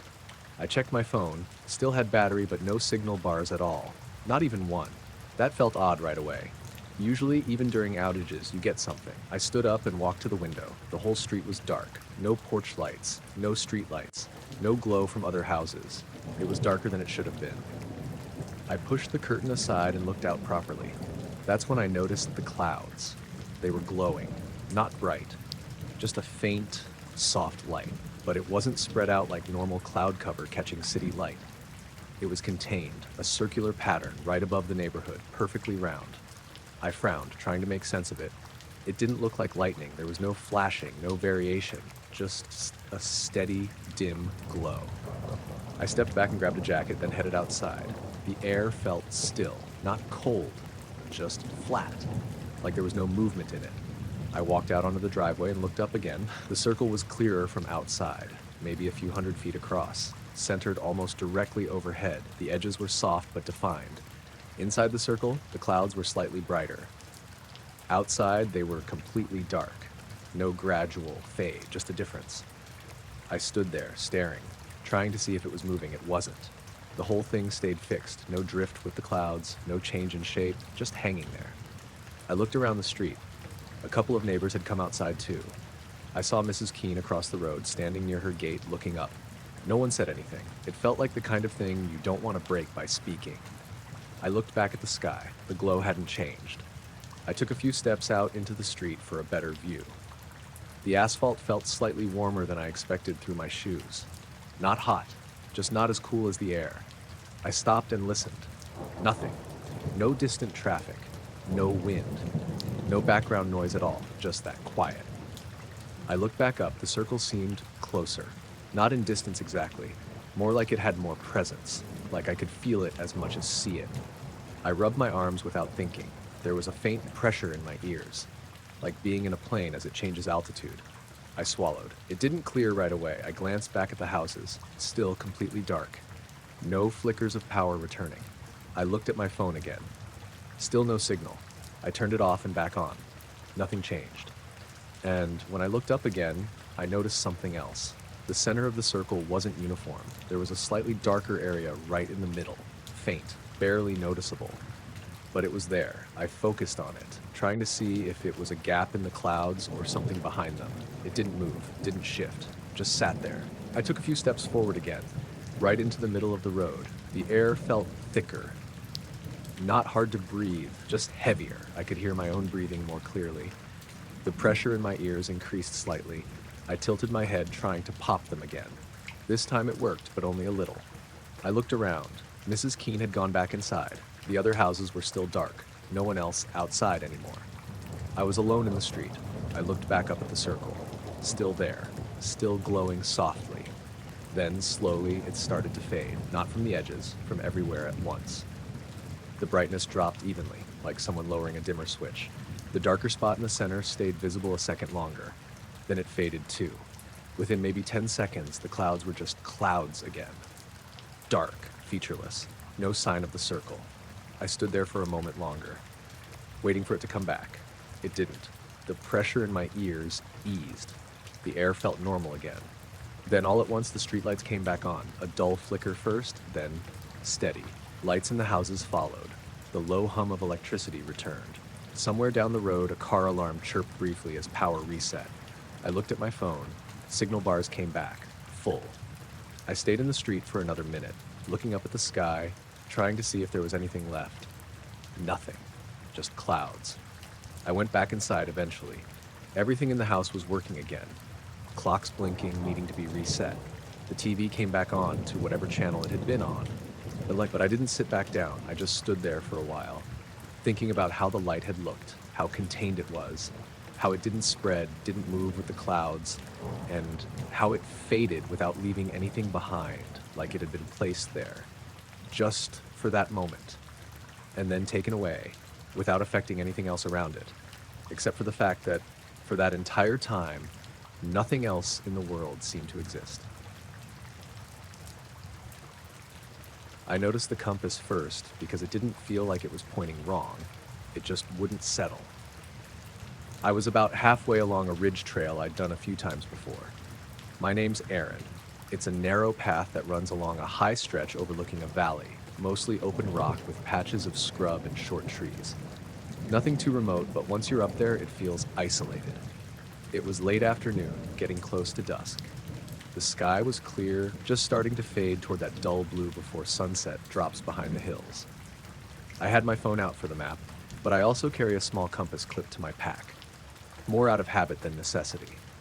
I happened to glance down at it while adjusting the strap. The needle was moving, not spinning wildly, just drifting, slowly easing a few degrees to one side, then stopping, then easing back slightly, then stopping again. I held it flat in my hand, thinking maybe I'd tilted it. The needle didn't snap into place like it should have. It just hovered between directions. I frowned and turned in a slow circle. Normally, you'd see it correct itself quickly. This didn't. It lagged behind my movement, then stopped short of where it should be, like it was resisting something. I checked my phone again. The map still showed my position correctly. No signal issues, no glitching. I looked back at the compass. The needle had drifted again, just a few degrees off. I tapped the casing lightly with my finger. It twitched, then settled, still wrong. That's when I noticed how quiet it had gotten. The ridge usually has wind, even a light breeze. That day it had been steady all the way up. Now there was nothing. No movement in the grass, no rustle from the trees below, just still air. I stood there, holding the compass, listening. Something about the quiet felt off. Not just calm, empty. I clipped the compass back onto my pack and started walking again. The path ahead curved slightly along the ridge. Open space on one side, a drop down into the valley. I kept glancing at the compass as I moved. The needle continued drifting, never settling, always a little off. After maybe a minute or two, I stopped again, pulled it off the clip, held it out in front of me. Same thing. Slow, slight movement. No clear north. I looked up, scanning the horizon. The light was fading more now. Shadows stretching longer across the rocks. Everything looked normal, but I couldn't shake the feeling that something wasn't lining up. I turned back toward the direction I'd come from. The ridge stretched behind me, empty. No other hikers, no movement. I turned forward again. That's when I saw it. Far out across the valley, near the horizon, a faint glow. It wasn't bright, just a small, soft light, low to the ground, or at least it looked that way from where I stood. I squinted, trying to focus on it. It didn't look like a house light. Too isolated. Too dim. I stood still, watching. The glow didn't move, didn't flicker, just stayed there. Then it pulsed. Once. Not like a blink, more like it expanded slightly in brightness, then returned to normal. It was subtle. If I hadn't been looking directly at it, I might have missed it. I took a step forward. The rock shifted slightly under my boot. The sound felt louder than it should have. I looked down briefly, then back up. The glow was still there, unchanged. I glanced at the compass again. The needle had shifted further, pointing somewhere that didn't make sense relative to the landscape. I turned my body to match what should have been north. The needle didn't align. It stayed off. I looked back at the glow. Still steady, still faint. The air felt heavier. Not enough to notice right away, just a slight pressure building. I swallowed. My ears popped slightly. That same feeling you get with altitude changes, but I hadn't moved. I looked around again. The ridge was still, completely still. No wind at all now. I took another step forward, then another, moving slowly along the path, keeping my eyes on the glow. It didn't get closer, didn't change size, it just stayed in that same distant position. I stopped again. The pressure in my ears increased slightly. Not painful, just uncomfortable. I tried to clear it. It eased a bit, but not fully. I looked at the compass again. The needle trembled, just a slight vibration, then drifted further, like it was being pulled in a direction that wasn't consistent. I clipped it back onto my pack, didn't want to keep staring at it. I focused on the glow instead, waiting to see if it would move again. Nothing happened. A few seconds passed, then maybe 10. Then it pulsed again, same as before. A brief increase in brightness, then back to normal. I felt that tightness in my chest start to build. Not fear exactly, just something that didn't feel right. I took a step back this time, then another. The pressure in my ears shifted slightly, less intense. I paused, looked at the glow. It didn't react, didn't follow, didn't change. I turned slightly, angling my body away from it. The ridge path curved downward a bit ahead. I decided to keep moving, not toward the glow, just along the trail. As I walked, I glanced back once. The glow was still there. Same position, same faint intensity. I kept going. After maybe 30 seconds, I looked back again. It was gone. No fade, no movement, just not there anymore. The horizon looked normal, empty. I stopped walking, turned fully to face where it had been. Nothing. The air felt lighter again. The pressure in my ears eased. I reached for the compass, pulled it out. The needle snapped into place instantly, perfectly steady, pointing where it should. I turned slowly. It tracked normally, no drifting, no hesitation. I stood there for a while longer, looking between the horizon and the compass, trying to connect the two. Nothing made sense. Eventually, I continued down the trail. The wind picked up again slightly as I descended. The normal sounds returned, grass moving, branches shifting. Everything felt back to normal. But I kept thinking about how the needle wouldn't settle, and how that light didn't behave like anything I'd seen before, just a single pulse, then stillness, and then nothing, like it had only needed to be there for that one moment and no longer. I noticed the pressure before I saw anything. I was outside behind my place, just standing in the yard for a bit. My name's Luke. It was late evening, not fully dark yet, that in-between time where the sky still holds a bit of light, but the streetlights are already on. It had been warm all day, but by then the air had cooled off. No wind, just quiet. I remember I was checking my phone, thinking about heading back inside, when my ears popped. Not painfully, just that sudden shift, like when you go up a hill too fast in a car. I swallowed, expecting it to clear. It didn't right away. I stood there, looking around, trying to figure out what caused it. There's no elevation change in my yard. Nothing like that. I tilted my head side to side. The pressure stayed. Then I noticed how still everything was. No leaves moving, no distant traffic. Even the usual background noise from neighboring houses seemed muted. I lowered my phone and looked up. That's when I saw it. A small point of light, high up. Not as high as a star, but not low either. Somewhere in between. It wasn't blinking, not like a plane, just a steady, faint light. It moved slowly. Not in a straight line exactly, more like drifting. I narrowed my eyes, trying to focus on it. At first I thought it was a satellite, but it was too low, and the movement didn't match. It wasn't crossing the sky smoothly. It would drift a bit, then pause, then continue. Each movement subtle, almost hesitant. I stayed still, watching. The pressure in my ears shifted slightly again, like it was trying to adjust but couldn't. I swallowed a second time. It eased a little, but not fully. I looked back up. The light had moved a bit further across the sky. Still slow, still steady. No sound. That was the thing that stood out the most. Even planes that high make some noise eventually. This didn't. Nothing.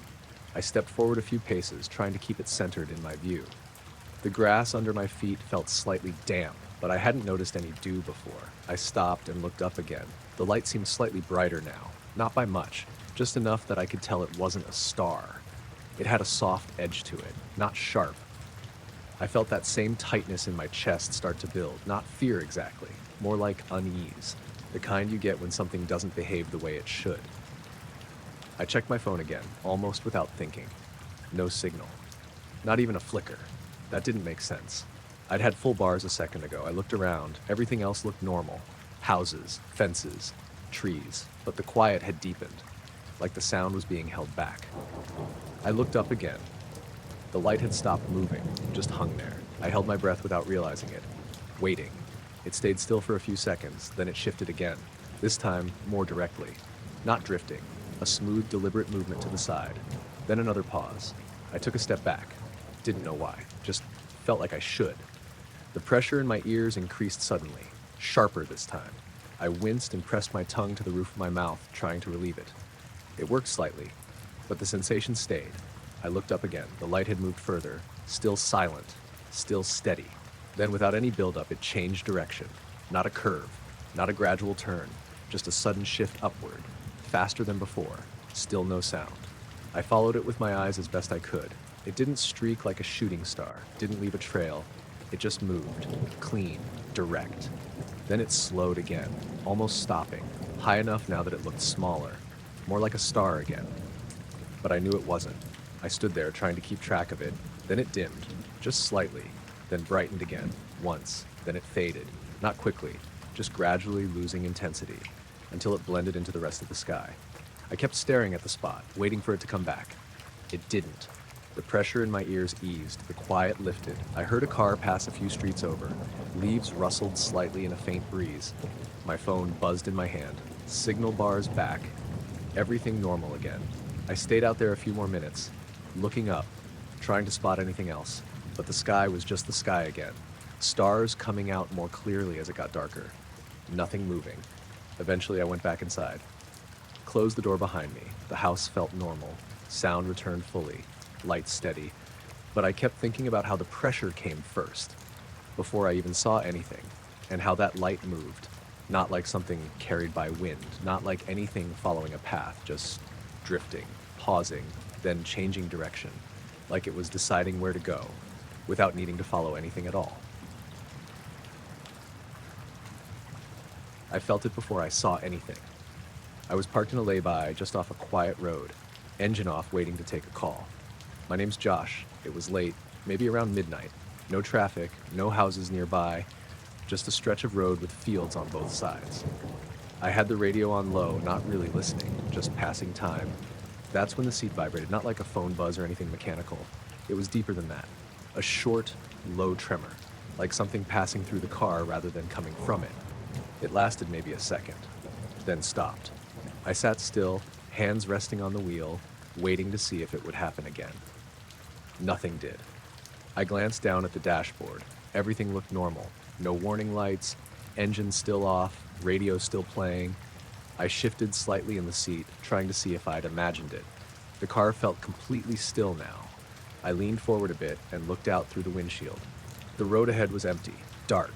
Only the reach of my parked headlights from earlier, still faintly visible in my memory, but now everything was off. I hadn't turned the engine back on. I sat back again, letting out a breath. That's when I checked the rearview mirror. There was a faint glow above me, not inside the car, outside, high enough that it didn't shine directly in. Just there, a soft, pale light. I frowned and adjusted the mirror slightly. The glow stayed in place, centered above the roofline. I turned my head, trying to look through the back window. Nothing obvious from that angle, just darkness. But when I looked back at the mirror, it was still there, faint, steady. I reached over and turned the radio off. The car went quiet. No engine noise, no background hum, just stillness. I listened. There was no sound coming from outside either. No wind, no distant traffic, nothing. I looked back at the mirror again. The glow hadn't changed. It didn't flicker, didn't move, just hovered there. I felt that same tightness start in my chest. Not panic, just something off. I reached for my phone, almost without thinking. No signal. That didn't make sense out there. I'd had signal earlier. I locked the phone and set it back down. The seat felt normal again, no vibration. I stayed still, watching the mirror. After a few seconds, I noticed something else. The glow wasn't illuminating anything. Not the roof of the car. Not the road behind me. It was just visible, contained. Like it wasn't casting light so much as existing as it. I leaned slightly to the side, changing my angle. The glow shifted in the mirror, but only because I moved. It stayed directly above. I reached up and touched the roof of the car lightly. Cold metal. No vibration, no heat, nothing unusual. I lowered my hand slowly. The glow remained steady. I swallowed, my throat dry. The silence felt heavier now, like the air itself had settled. I decided to step out. I opened the door slowly. The hinge creaked louder than usual. The sound didn't carry far, just dropped off quickly. I stepped out onto the gravel, closed the door behind me. Then I looked up. There was nothing there, no light, no object, just a dark sky with a few faint stars. I stood there, turning slowly, scanning the sky above. Nothing. I looked back at the car. Through the windshield, I could see the rearview mirror. The glow was still there, visible only from inside. I hesitated for a second, then opened the door again and leaned in. Looked at the mirror. The glow was exactly where it had been. Same faint intensity, same position. I stepped back out, looked up again. Nothing. Completely empty. I stood there half in and half out of the car, going back and forth between the two views. Inside, the glow. Outside, nothing. I got back into the seat slowly and closed the door. Sat there, staring at the mirror. The glow seemed slightly dimmer now, but still present. I didn't move. Didn't want to trigger anything. After a few seconds, I felt it again. A faint vibration through the seat. Shorter this time. Almost like a pulse. The glow flickered once. Not a full blink, just a slight change in brightness. Then it began to fade gradually. Like before. Evenly. No movement, no shift. Just losing intensity. I watched it closely. Within maybe 5 seconds, it was gone. The mirror reflected only darkness behind me. I sat there, breathing slowly, waiting. Nothing else happened. The silence eased slightly. I could hear faint wind moving across the fields again. I turned the key in the ignition. The engine started normally. Dashboard lit up. Radio came back on. Everything felt normal. I checked the mirror one more time. Nothing. Just the empty road behind me. I stayed there for another minute, just sitting. Then I pulled back onto the road and drove home. The whole way, I kept checking the mirrors. Nothing else appeared. But what stuck with me wasn't just the light. It was how it only showed up in the mirror. Like it was there, but only visible from that one angle. And only when I was inside, like whatever it was positioned exactly where it needed to be seen, but not found. I felt it through the seat first, like something passing underneath the car. I was parked at the edge of a gravel turnout overlooking a stretch of marshland. My name's Dean. It's a place I go sometimes just to sit for a bit. No lights, no houses nearby, just open land and a narrow road that cuts through it. It was late, maybe around 1 a.m. The sky was clear, colder than earlier in the night. I had the engine off, windows cracked slightly, just listening to the quiet. There's usually some noise out there. Water moving, insects, maybe wind across the grass. That night it was mostly still. I remember checking my phone, scrolling without really paying attention, when the seat gave a short, low vibration. Not sharp, not like a jolt, more like a brief hum passing through the frame of the car. It lasted maybe a second, then stopped. I froze, waiting for it to happen again. Nothing did. I looked down at the dashboard. Everything was off except the faint interior light from the display. No warning lights, no sign of anything mechanical. I shifted slightly in the seat, testing it. The car felt solid again. Still, I leaned forward and looked out through the windshield. The road ahead was empty, dark. The marsh beyond it barely visible, just a flat stretch of shadow. I sat back again, listening. The quiet felt deeper than before, like something had pressed down on it. That's when I glanced up at the rearview mirror. There was a glow, faint, pale, lingering just above the roofline. I frowned and adjusted the mirror slightly. The glow stayed in place, centered, not inside the car, outside, above.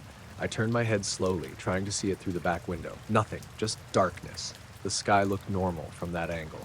I looked back at the mirror. The glow was still there, soft, contained. It didn't spread, didn't cast light onto anything. Gray just hovered in that small area. I felt that tight, uneasy feelings start in my chest. I turned the radio off without thinking. The silence that followed felt heavier than it should have. No wind, no distant sounds, just the inside of the car and that faint glow in the mirror. I leaned slightly to the side, trying to change my angle. The glow shifted in the mirror, but only because I moved. It stayed directly above. I reached up and pressed my palm against the roof. Cold metal. No vibration, no warmth, nothing to match what I'd felt. I lowered my hand slowly. The glow hadn't changed. I picked up my phone again, checking the signal. Nothing. No bars at all. I stared at it for a second, then locked it and set it down. The seat felt normal again. No movement, no hum, just still. I kept watching the mirror. After a few seconds, I noticed something else. The glow wasn't perfectly steady. It had a slight pulse to it, not brightening and dimming in a clear pattern. Just a faint fluctuation, like it was breathing. I swallowed, throat dry. The air inside the car felt different, not colder, just heavier. I opened the door slowly. The sound of the latch seemed louder than usual. I stepped out onto the gravel, closed the door behind me, then looked up. Nothing. The sky above was empty, stars faintly visible, no glow, no movement. I turned slowly, scanning the sky. Still nothing. I looked back at the car. Through the windshield, I could see the mirror. The glow was still there, exactly where it had been, visible only from inside. I stepped closer, leaning toward the open window. Looked at the mirror again. The glow didn't react, didn't shift, just stayed. I straightened up and looked at the sky again, still empty. I felt that same pressure building in my ears, subtle, like a change in altitude. I swallowed. It didn't clear right away. I stepped back from the car, standing a few feet away, looking between the sky and the mirror. Inside, the glow. Outside, nothing. The contrast didn't make sense. I opened the door again and got back in, closed it, sat down slowly. The seat felt normal at first. Then there was another vibration, shorter this time, more like a quick pulse. The glow in the mirror flickered slightly, just once, then steadied again. I held still, not wanting to move. The pressure in my ears increased slightly. I focused on the mirror. The glow began to fade, gradually, not disappearing all at once, just losing intensity, like it was thinning out. I watched it carefully. Within a few seconds, it was gone.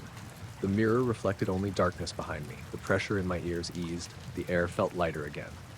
I sat there for a moment longer, waiting. Nothing else happened. The normal sounds returned slowly. A faint breeze, distant water moving in the marsh. I picked up my phone again. Signal bars came back, full. I stayed in the car for a while after that, just sitting, looking at the mirror, half expecting the glow to come back. It didn't. Eventually, I started the engine and pulled out onto the road. Driving away felt normal.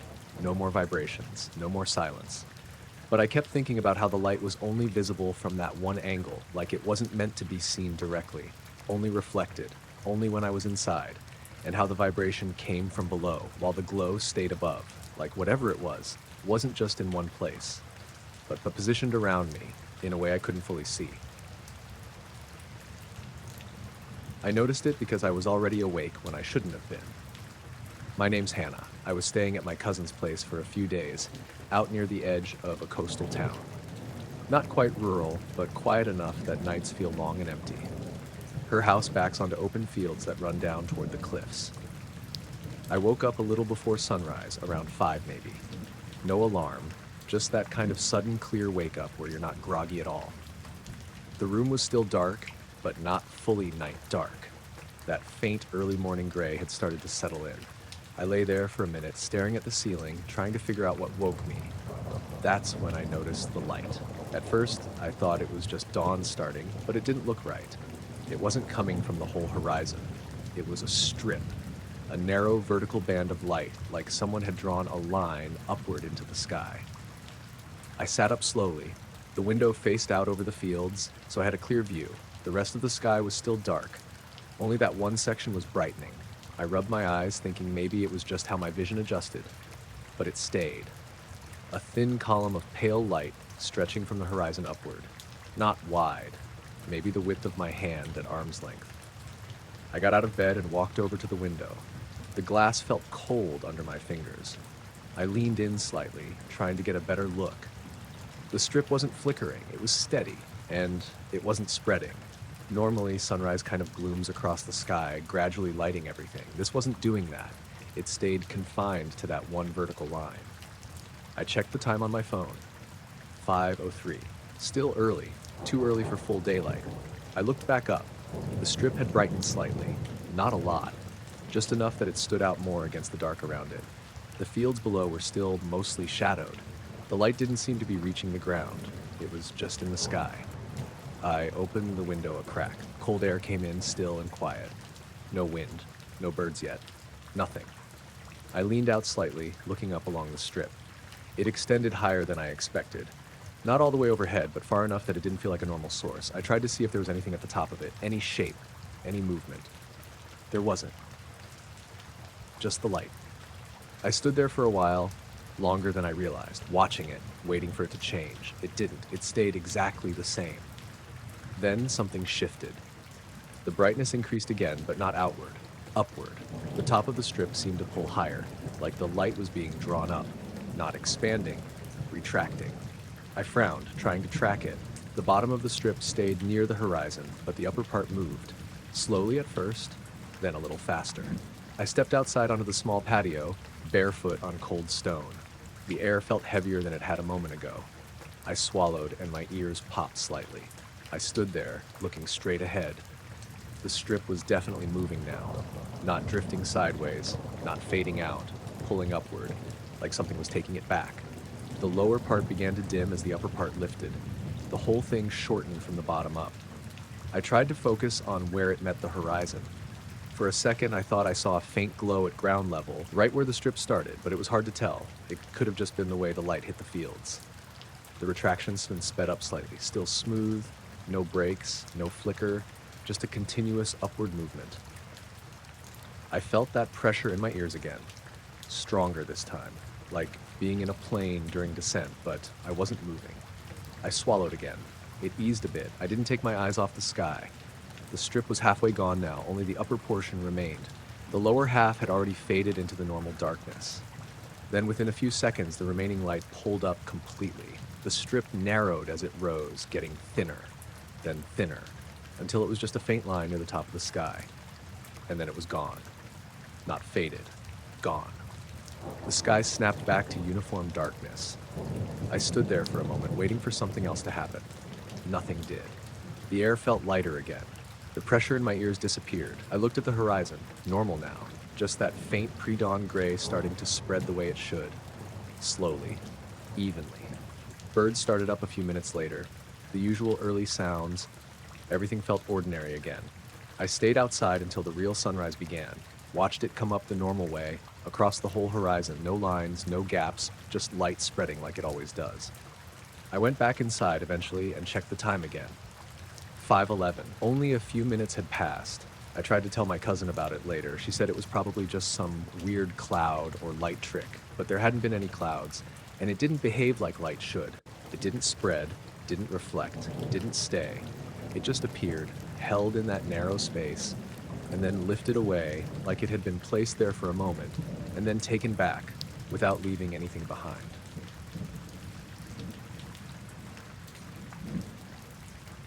I didn't think much of it when Martin mentioned it at first. He caught me outside around mid-morning while I was dragging the bins back up the driveway. My name's Elliot. I live in a pretty normal suburban street.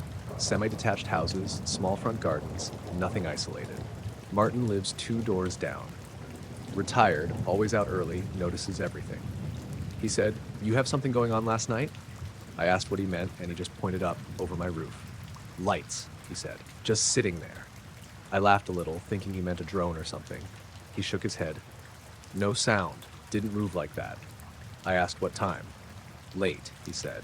"After midnight. I was up anyway." I shrugged it off. I told him I'd been asleep, hadn't heard anything.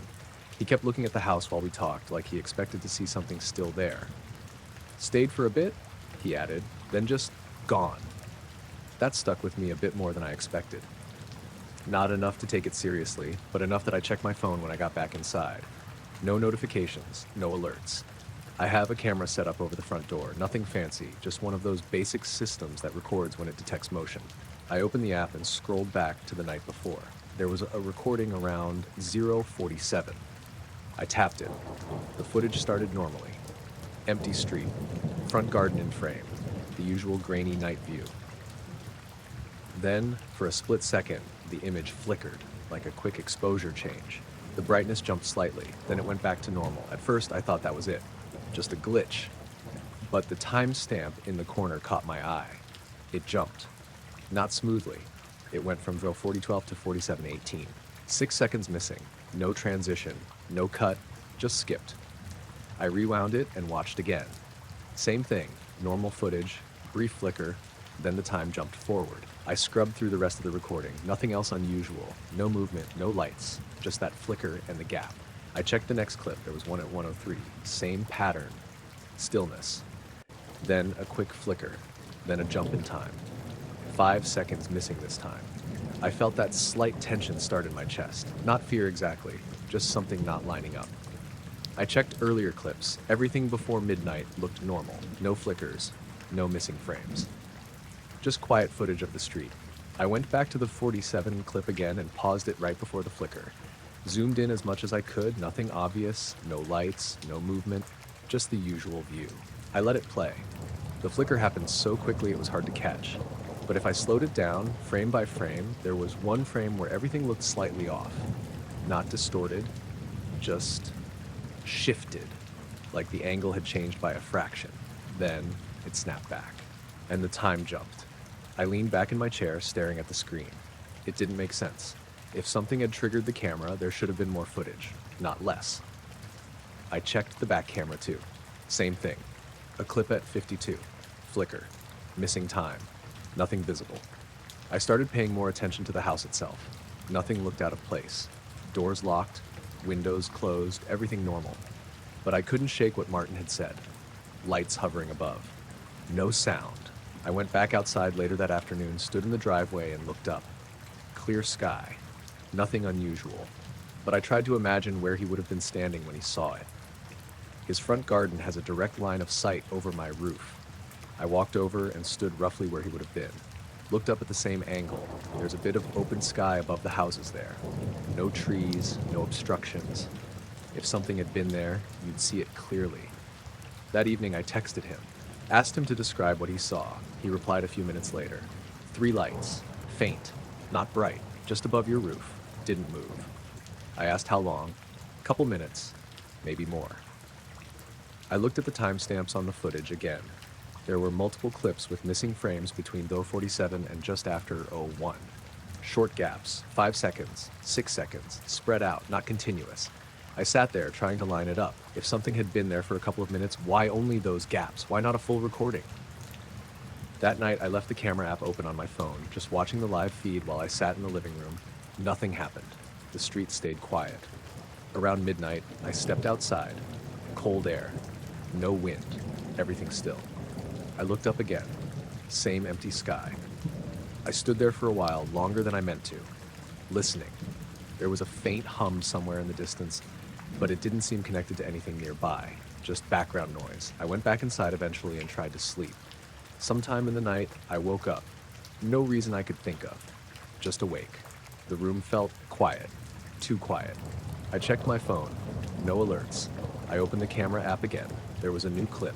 9. I tapped it. The footage started normally. Empty driveway. Still street. Then the flicker. Quick. Barely noticeable. Then the timestamp jumped. 6 seconds gone. I sat up in bed staring at the screen. I rewound it. Watched it again. Same thing. I paused on the frame just before the flicker. Zoomed in, nothing visible, but something felt different about it. Like the lighting was slightly off. I couldn't place it exactly, just a subtle change. I got out of bed and went to the window, pulled the curtain back slightly, looked out. Nothing. The street was empty. No lights. No movement. I looked up. The sky was clear. Still nothing. I stood there for a minute, just watching. Then I noticed something. The window glass felt warm, not hot, just slightly warmer than the air in the room. I pressed my hand against it. The warmth faded slowly, like it had just been there. I stepped back and looked at the reflection. For a second, I thought I saw something shift in it. Not a shape, just a slight distortion. Then it was gone. I checked the camera feed again. No new clips. Everything normal. I went back to bed, but I didn't sleep much after that. In the morning, I checked the footage again. There were two more clips overnight, both with the same pattern: flicker, missing frames, nothing visible. I haven't told Martin about that part. He still brings it up sometimes, asking if I figured out what it was. I just tell him the camera glitched. That's easier. But the thing that keeps bothering me isn't the lights he saw. It's the fact that whatever was there only shows up as something missing, like it's not captured, just skipped, as if those moments weren't meant to be recorded at all. I noticed it halfway down the street, just past the corner where the pavement dips a bit. My name's Callum. I'd been walking home from a late shift, nothing unusual about it. It was just after 11, cold enough that my breath showed, but not freezing. The streetlights were on, spaced out like they always are, casting those long, soft pools of light along the pavement. I wasn't thinking about anything in particular, just walking, hands in my pockets, listening to my steps. That's when my shadow changed. It didn't disappear or jump or anything obvious. It just got sharper, darker than it should have been. I only noticed because it caught my eye in my peripheral vision. Normally, under those lights, your shadow looks kind of soft around the edges, like it's slightly blurred. But this one wasn't. It had a clean edge, like it had been cut out. I slowed down a bit, looking down at it properly. The shape matched me exactly. Same posture, same movement, but it felt off. Too defined. The contrast was stronger than it should have been under that kind of light. I stopped walking. The shadow stopped with me. I shifted my weight from one foot to the other. It followed perfectly. But it didn't soften. It stayed sharp. I looked up at the streetlight above me. It was the same as always. No flickering, no change in brightness. I glanced behind me, checking if maybe there was another light source I hadn't noticed. There wasn't. Just darkness between the next set of lights. I took a step forward. The shadow moved with me. Still sharp, still darker than it should have been. I felt that slow, creeping awareness settle in, like something wasn't lining up right. I kept walking, a bit slower now, watching the shadow instead of the road. After a few steps, I noticed something else. The edges weren't just sharp, they were almost too clean, like they weren't blending into the pavement at all. I don't know how to explain that properly.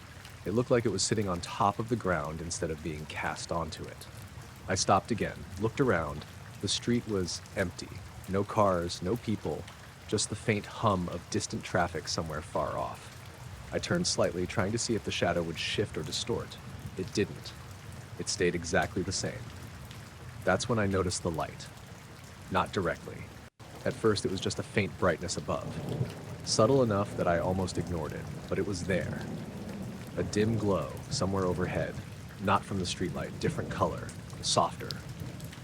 I tilted my head back slightly to look up without losing sight of my shadow. I couldn't see anything clearly, just a faint, diffuse light above me. It didn't have a clear source, no shape, just a patch of brightness in the sky. I felt my chest tighten a little. I lowered my head and looked back at the ground. The shadow was still sharp, still darker than it should have been. I took another step, then another. The shadow followed, perfectly in sync, but it didn't change when I moved between the streetlights. Normally, it should stretch or soften depending on where you are. This one didn't. It stayed consistent, like it wasn't reacting to the streetlights at all. I stopped again, right between two lights. This was the darkest part of the street. The shadow should have been faint, barely visible, but it wasn't. It was still clear, still sharp, still dark. I looked up again, more directly this time. The glow above me seemed slightly brighter now. Still faint, still without a clear source, but definitely there. It didn't illuminate the street, didn't cast light onto the houses or the pavement. It just existed above. I felt that same pressure in my ears, like when you're changing altitude. Subtle, but noticeable. I swallowed. It didn't go away. I took a step backward. The shadow moved with me. No delay, no distortion, just perfect tracking, but still wrong. I looked down at my hands, then at the shadow's hands. They matched exactly. No extra movement, no lag, just that same unnatural clarity. I started walking again, a bit faster this time. Not running, just wanting to get out of that stretch of road. The glow above seemed to follow, not moving in a clear way, but staying aligned with me, like it was centered over my position. The shadow stayed the same. Sharp, dark, too defined. I passed under the next streetlight. For a second, I expected the shadow to snap back to normal. It didn't. It stayed exactly the same. That's when I realized something else. There were two shadows, one faint, soft one from the streetlight, and the sharper one. They overlapped slightly, but they weren't identical. The sharper one was just slightly offset, barely noticeable, but enough that I could see it if I focused. I stopped again. The two shadows stopped with me. I shifted my foot. Both moved, but not in exactly the same way. The softer one stretched slightly. The sharper one didn't. It stayed consistent, like it was tied to something else. I felt my breathing change, slower, more controlled without thinking. I didn't want to move suddenly, didn't want to draw attention to myself, even though there was nothing there. I looked up again. The glow had dimmed slightly, still present, but fading. The pressure in my ears eased a little. I looked back down. The sharper shadow began to soften, gradually, its edges losing that clean definition. Blending back into the pavement, the two shadows merged again, becoming one, normal. I stood there for a moment, just watching, making sure it stayed that way. It did. The glow above faded further, until it was gone. The sky looked normal again, just darkness and faint stars. The streetlight above hummed quietly. Nothing else felt off. I waited another few seconds, then started walking again. My shadow behaved normally, stretching, softening, shifting with each light. I kept glancing down, checking it. It didn't change again. The rest of the walk home felt normal, but I couldn't shake the feeling that, for those few minutes, something else had been lining up with me, perfectly, just slightly out of place, and only visible if I paid close enough attention. I woke up already aware of it. Not the room, not the time, just the feeling. Like someone had been standing there, close enough to see me clearly, and had only just stepped away. I didn't move at first. I just lay there, eyes open, staring at the dark shape of the ceiling. My heart was already going faster than it should have been for someone who'd just woken up. My name's Oliver. I live alone in a small house on the edge of a village. Nothing remote, but quiet enough at night that you notice when something's off. And something felt off. I kept listening. The house was silent. No pipes, no distant cars, nothing outside. Even the usual low hum of the fridge downstairs didn't seem to carry up. I turned my head slightly toward the window. That's when I noticed the warmth.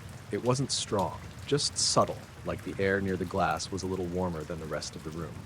At first I thought maybe the heating had kicked on, but I could still feel the cool air everywhere else.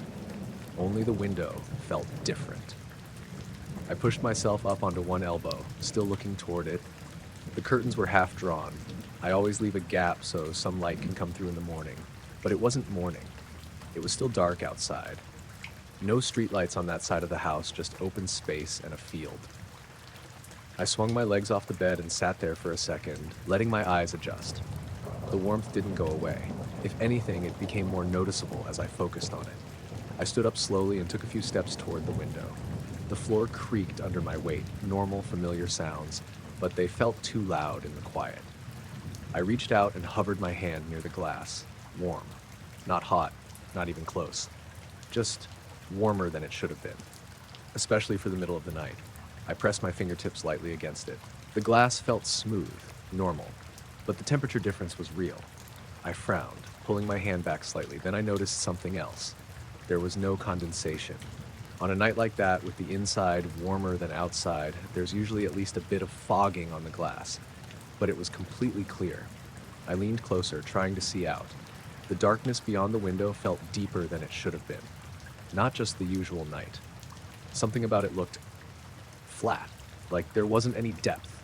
No variation, just a uniform darkness sitting right up against the glass. I shifted slightly, trying to change the angle. The view didn't change much, still that same flat black. I stepped back a little. The warmth remained. I glanced around the room. Everything else looked normal. Bed, dresser, door, nothing out of place. But the feeling hadn't gone away. That sense that someone had been there, watching. Close enough to see me breathe. I took another step toward the window. This time I reached for the handle. Paused. Something about opening it felt like a bad idea. Not in a dramatic way.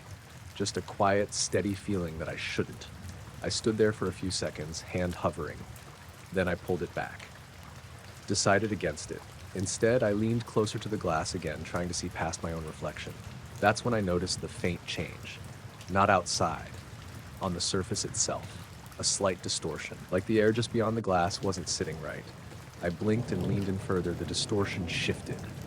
Barely, like heat rising off something, except there was no light, no source, just that subtle bending. My reflection wavered slightly as I moved.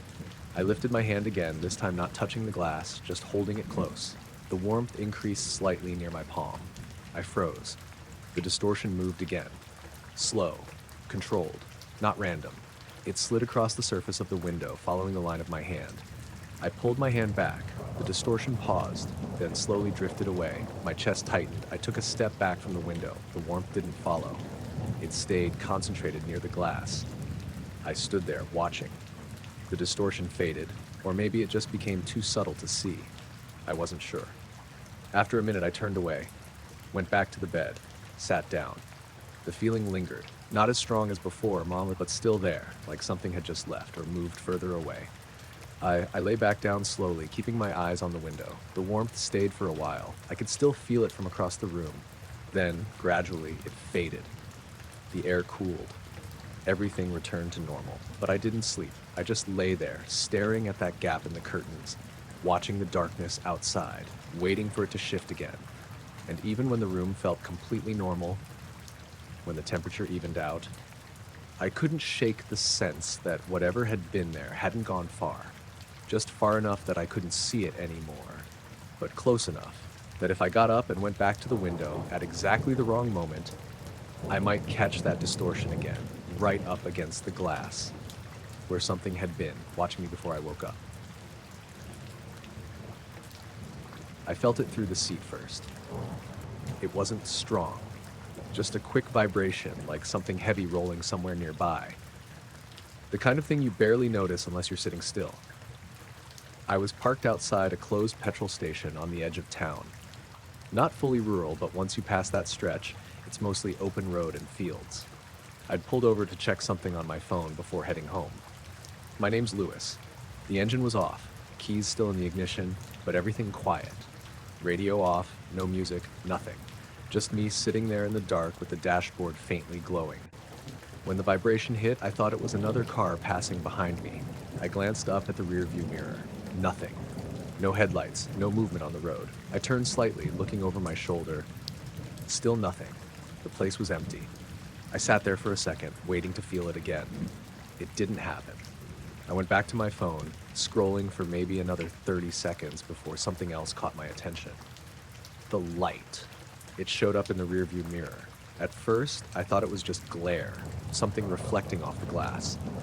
But when I shifted my eyes, it stayed in place.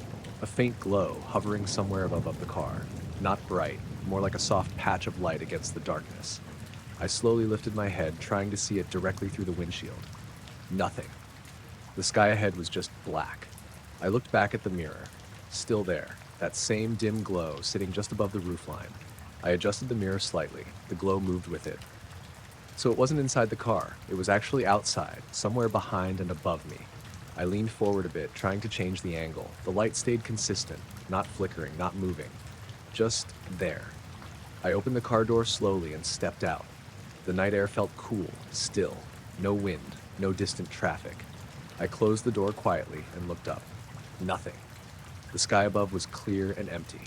Stars visible, no clouds, no glow. I stepped back toward the car and looked into the rearview mirror again through the window. There it was. Same spot, same faint light. I frowned, trying to make sense of it. I walked around to the back of the car, craning my neck upward. Still nothing directly above. I even took a few steps away from the car, looking up from a different angle. The sky stayed empty.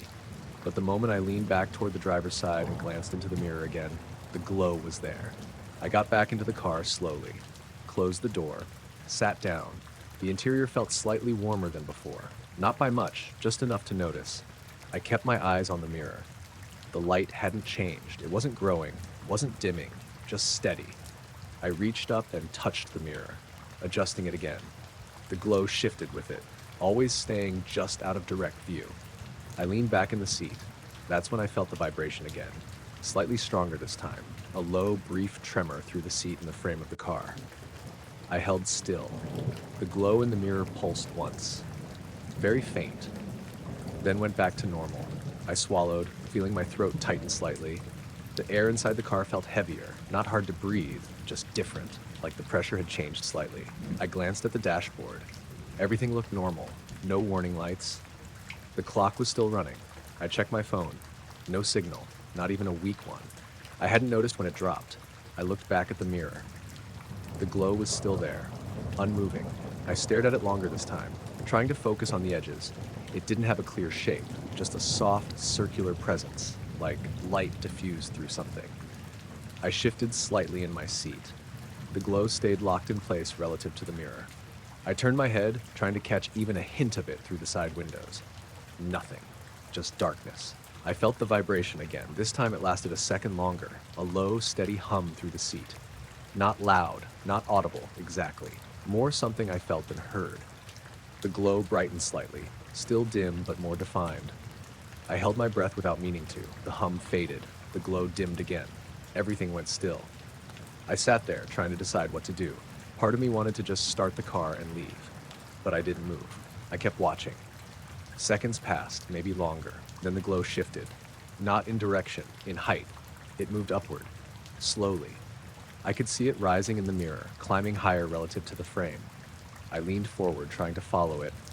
As it rose, the glow got fainter, more diffuse, until it reached the top edge of the mirror and slipped out of view.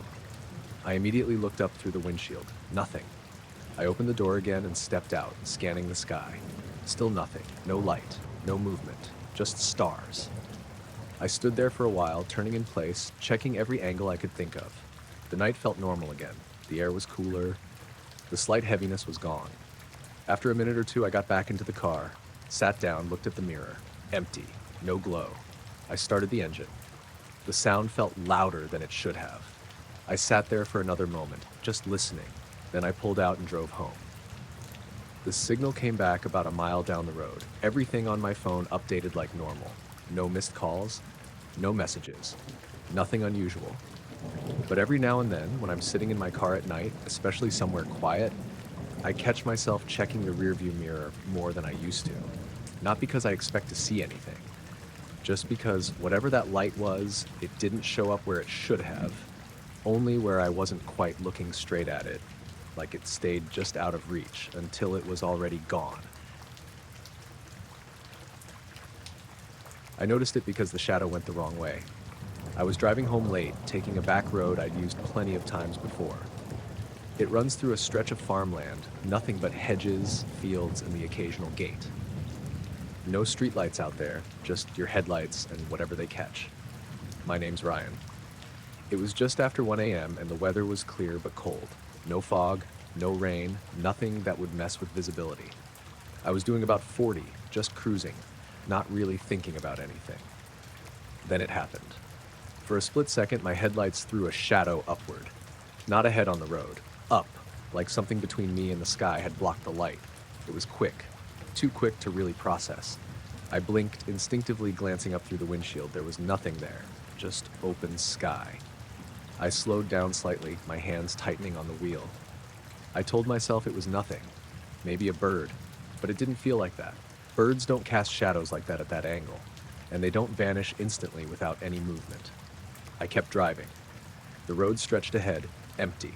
The hedges on either side stayed consistent, nothing breaking the line. I kept glancing upward, trying to catch anything unusual. Nothing. A minute passed. Then it happened again, this time clearer. The headlights hit something above the road, and for a fraction of a second I saw a shape, not fully. Just the absence of light, a smooth curve cutting into the beam. The shadow went up again across the windshield, faint but noticeable. Then it was gone. I hit the brakes harder this time, slowing to almost a stop. My heart started picking up. I leaned forward slightly, looking up through the glass. Nothing.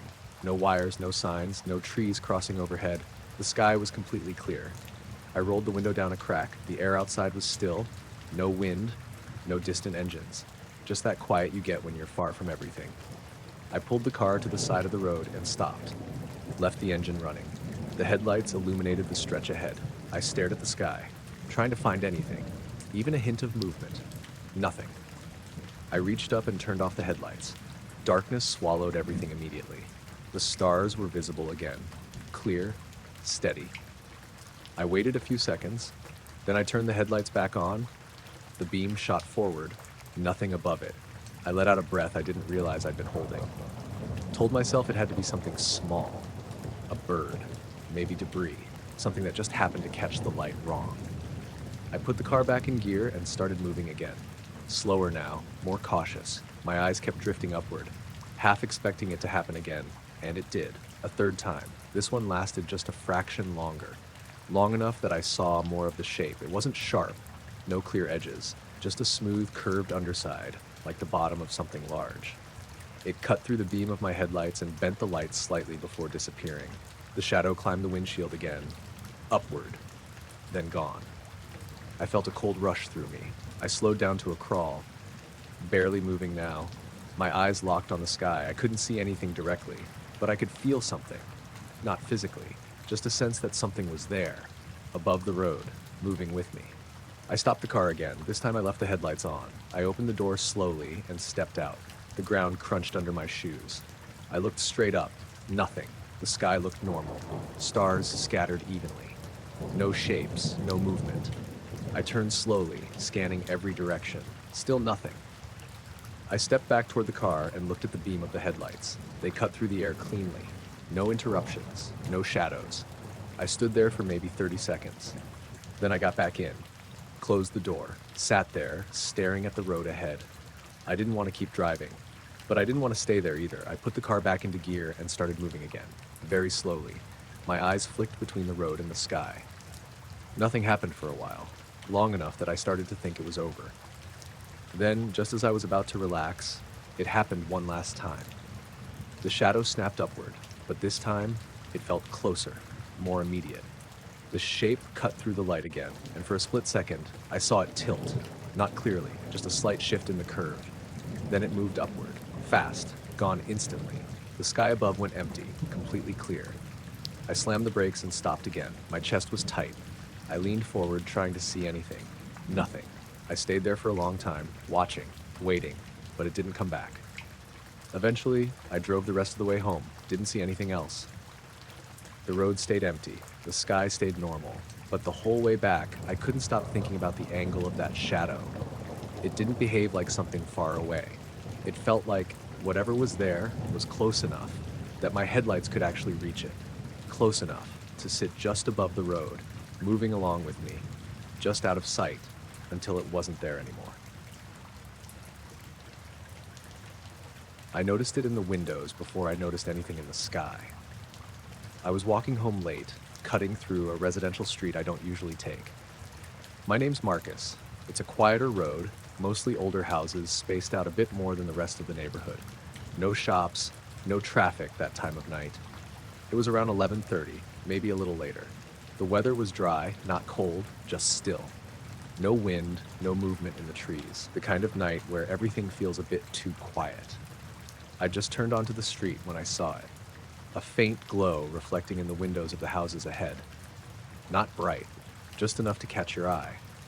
It stretched across a few houses in a row, like something behind me or above me was lighting them up at an angle. At first, I assumed it was a car, maybe headlights turning onto the road behind me, but I didn't hear an engine. And the light didn't move the way headlights usually do. It stayed steady. I kept walking, slowing down slightly. The glow remained in the same place relative to the houses ahead. I glanced over my shoulder. Nothing. The street behind me was empty. No cars, no lights. I stopped for a second, turning fully to look back. Still nothing. When I turned forward again, the glow was still there, reflecting off the windows. Same intensity, same position. I frowned and kept walking. As I got closer, the reflections became clearer. They weren't flickering, not shifting, just a soft, dim illumination across the glass. But there was no visible source, no streetlight positioned that way, no house lights casting it. I checked the roofs, the sky above the houses. Nothing stood out. No bright object, no moving light, just darkness. I felt a slight tension in my chest. Not fear exactly, just confusion. I picked up my pace a little. The closer I got, the more obvious it became that the light wasn't coming from the usual places. It wasn't coming from the ground. It wasn't coming from the sides. It felt like it was coming from above, but not directly overhead, at an angle that didn't make sense. I stopped again. about halfway down the street. The reflections were still ahead of me, not reaching where I was standing yet. I looked up again. The sky looked normal, no clouds, stars visible, no glow. I stepped forward again, one step at a time. As I moved, the reflections seemed to stay just ahead of me, like I was walking toward them but never quite reaching them. I slowed down even more. The street felt unusually quiet. No distant cars, no dogs barking, nothing. Just my footsteps on the pavement. I took another step. The glow didn't move closer. It stayed just beyond where I was. I stopped again, waited. The reflections stayed in place. I felt something then, a slight pressure in my ears. Not strong, just noticeable, like the air had shifted slightly. I swallowed. The pressure stayed. I looked up again. Still nothing, but something felt off. I took a few more steps forward. This time, I reached the first house where the reflection had been. I looked directly at the window. There was nothing in it. No glow, no reflection, just darkness inside. I turned slightly, looking at the next house. Same thing. The glow had moved further down. Still ahead of me. I felt my heart rate pick up. I walked faster now, trying to catch up to it. But no matter how quickly I moved, it stayed just out of reach. Always one or two houses ahead. I stopped again. The pressure in my ears increased slightly. I stood still, breathing slowly. The glow didn't fade, didn't shift, just held its position. I turned in a slow circle, looking for any source. Nothing behind me, nothing above me, nothing to the sides. But the reflections were still there, ahead. I took a step forward, and suddenly, I was in it. The glow surrounded the windows on either side of me. For a brief moment, the glass lit up softly. Not bright, just enough to see. Then, as quickly as it appeared, it was gone. I blinked, standing still. The street looked normal again. Dark, quiet, no reflections, no glow. I looked up again, scanning the sky. Nothing. I listened. The usual sounds started to return. A car somewhere in the distance. A faint rustle of leaves. The pressure in my ears eased. I stood there for another minute, trying to process what had just happened. Then, I kept walking. The rest of the way home felt normal. No more lights, no more reflections. Everything looked the way it should. But I kept thinking about how the glow never had a source. How it stayed just ahead of me, like it was moving with me. And how, when I finally stepped into it, there was nothing there at all. Just empty air, and then nothing. Like whatever it was had already passed, without ever showing what caused it. I noticed it when I shifted my gaze. I'd been lying back on the hood of my car, out on a gravel turnout just off a rural road. My friend Daniel had told me about the spot, said it was good for stargazing because there's barely any light pollution out there. He wasn't wrong. It was late, sometime after midnight. The sky was clear, no clouds, just a wide spread of stars, the kind where you start seeing more the longer you stare. I'd driven out alone, didn't feel like company that night, just wanted quiet. I was stretched out with my hands behind my head, looking up, letting my eyes adjust. That's when I noticed it. I moved my eyes from one cluster of stars to another, just scanning slowly. And for a second, one of them didn't move with the rest. Everything else shifted like normal when your eyes move, sliding slightly across your vision. But this one stayed where it was, just for a fraction of a second longer. Then it snapped into place with everything else. I blinked, frowning slightly. I shifted my gaze again, trying to repeat it. Same thing. That same star seemed to stick for a moment, like it was lagging behind the rest. I sat up a little, leaning forward, focusing on it. It looked like any other star, same brightness, same color. Nothing about it stood out until I moved my eyes. I tested it again, looked to the left, then quickly back. Everything moved except that one. It stayed in the same spot in my vision just a beat longer than it should have. Then it corrected itself. I rubbed my eyes, thinking maybe it was something with my vision. After images or something like that. I looked away for a few seconds, then back up. Tried again, same result. It didn't happen with any other star, just that one. I stood up from the hood and walked a few steps away from the car, changed my angle, looked up again, still there, still doing the same thing.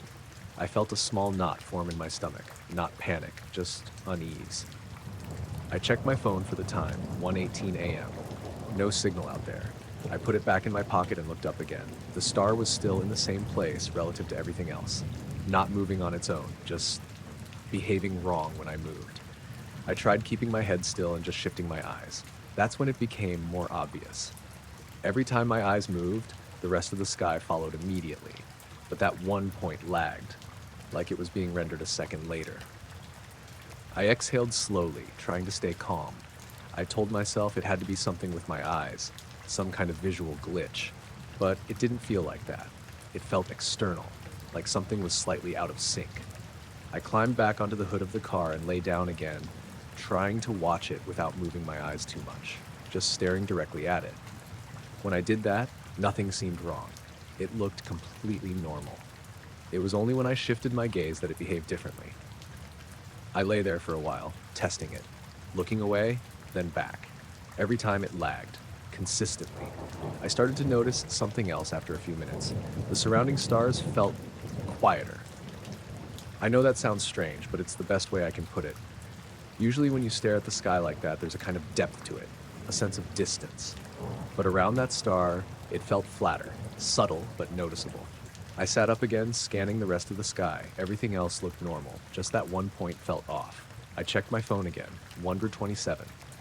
9 minutes had passed. It didn't feel like that long. I stood there, shifting my weight, looking up. The air felt still, too still. No wind, no sound except for a faint hum from somewhere far off, probably power lines or something. Then that hum faded. Just gone. I noticed it immediately because of how quiet it got. No insects, no distant traffic, nothing. I turned slowly, looking around. The road was empty. Fields on either side, stretching out into darkness. I looked back up at the sky. The star was still there, still doing the same thing. I took a step back toward the car. As I did, I shifted my gaze again. This time, the lag felt longer. Not just a fraction of a second. Closer to a full second. I froze, stared at it, then moved my eyes again. Same thing. Everything moved. That one point stayed fixed, then snapped back. My chest felt tight now. I didn't like it. Didn't like how consistent it was. Didn't like how it seemed to be getting more noticeable. I walked around to the driver's side of the car, keeping my eyes on it. Opened the door, the interior light came on. For a second, I looked down, then back up, and I couldn't find it. I scanned the sky, trying to locate the same spot. Everything looked normal. All the stars in their usual places, none of them lagging. I stepped away from the car, letting the interior light fade as the door closed. Looked up again. Still nothing. The sky looked completely normal now. I turned in a slow circle, trying to reorient myself, trying to find where it had been, but I couldn't. It was like it had never been there. I stood there for a minute, breathing slowly, listening. The faint hum came back, soft, distant, the usual background noise. I checked my phone again, 1:42. I stared at the time. That didn't make sense. It hadn't felt like 15 minutes. Maybe 5 at most. I tried to think back through what I'd just done. Lying on the hood, standing up, walking around, watching the star. But the timeline didn't line up. I got into the car and sat there for a moment, hands on the wheel, looking out through the windshield. The sky looked normal, nothing out of place. I started the engine. The headlights lit up the gravel and the edge of the field. Everything looked grounded again. Normal. I pulled out slowly and drove back toward the main road. I kept glancing up through the windshield, half expecting to see it again. But nothing stood out. Just stars. All behaving the way they should. By the time I got back into town, it felt almost unreal. Like it hadn't actually happened. Except I couldn't shake that one detail. The way it lagged behind my vision. Not moving like everything else. Not following the same rules. Just slightly out of sync, like it wasn't part of the sky at all. Just something sitting there, pretending to be.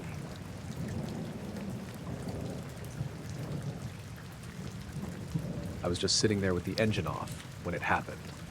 It was late, maybe a little after midnight. I'd pulled into a gravel turnout just off a coastal road. My name's Liam. I used to go there sometimes to clear my head, just sit in the car and look out toward the water. You can't really see much at night, just a dark horizon and the occasional distant light from boats. That night was calm. No wind, no rain, just that steady quiet you get near the coast when everything settles down. I had the seat leaned back a bit, radio off, just sitting there. The car was completely still. Then I felt it, a slight lift. Not a jolt, not like something hit the car. More like the suspension eased upward for a second, like weight had been taken off it. It was subtle. If I hadn't been sitting still, I probably wouldn't have noticed, but I did. I straightened up in the seat, looking around instinctively. Nothing had changed. The car wasn't rolling. The ground was flat. I checked the handbrake out of habit, still engaged. I opened the door slightly and looked down at the tires. They were planted normally on the gravel. No shifting, no marks. I closed the door and sat back, tried to recreate it in my head. Maybe I'd moved without realizing. Shifted my weight, but it hadn't felt like that. It had felt like something external. I stayed still for a minute, waiting. Nothing. The car felt normal again. I leaned back slowly, testing it. The suspension moved the way it should. No unusual give, no weird bounce. I exhaled and looked out through the windshield. The road ahead was empty. No headlights in either direction. The sky was clear, a few stars visible above the dark line of the sea. I sat there another couple minutes, trying to shake it off. Then I noticed something else. The air felt quiet.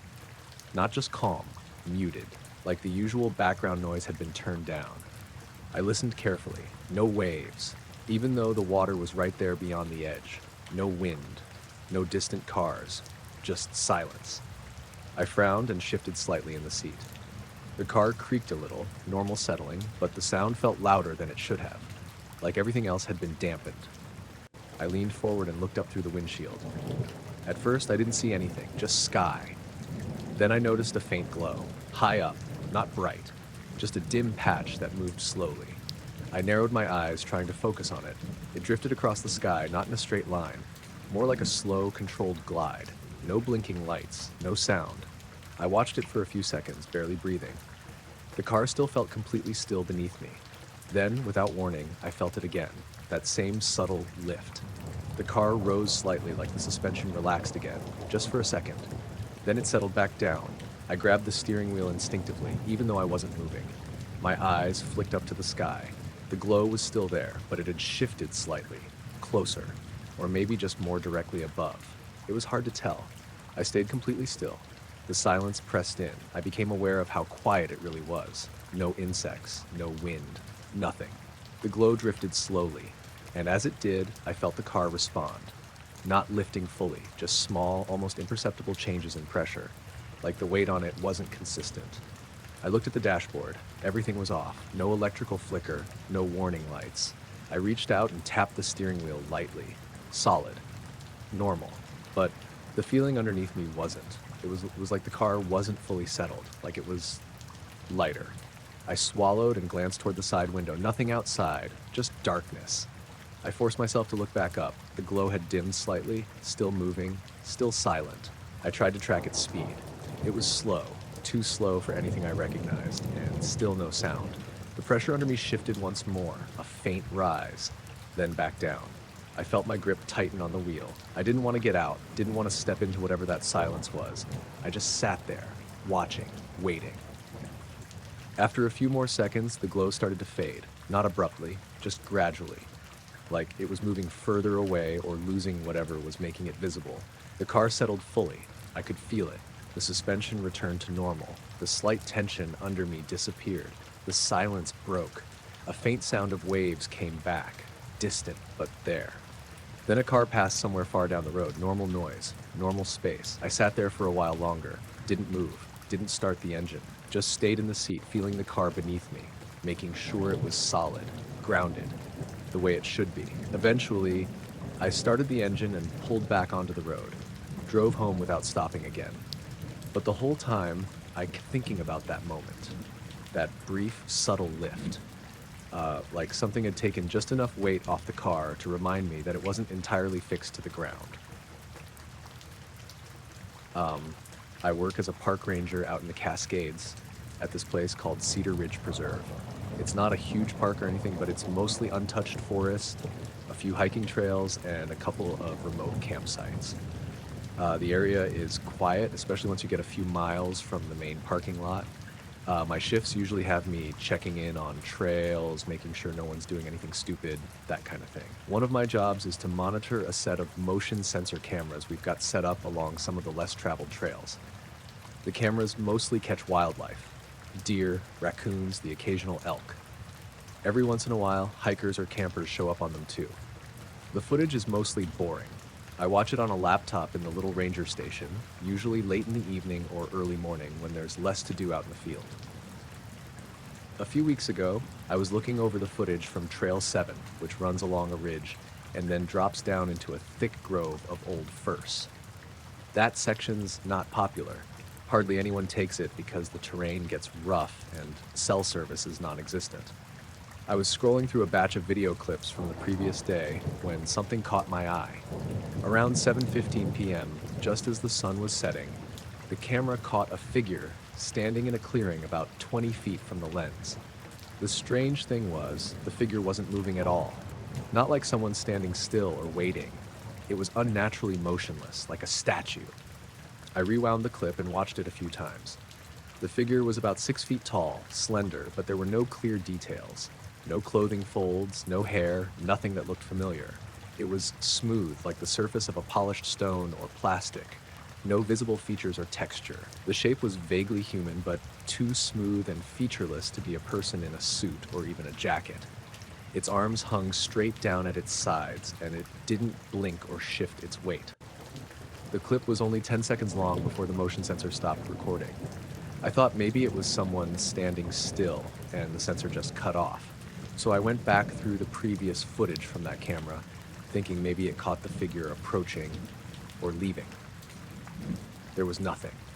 No footprints or animals in the frames before or after. The trail leading into the clearing was empty. The usual forest sounds were missing too. No birds, no wind rustling the leaves. The whole 10-second clip had this eerie silence. That night, I went back out to the clearing in person. The spot was real, just like on the footage, a small patch of open ground surrounded by thick fir trees.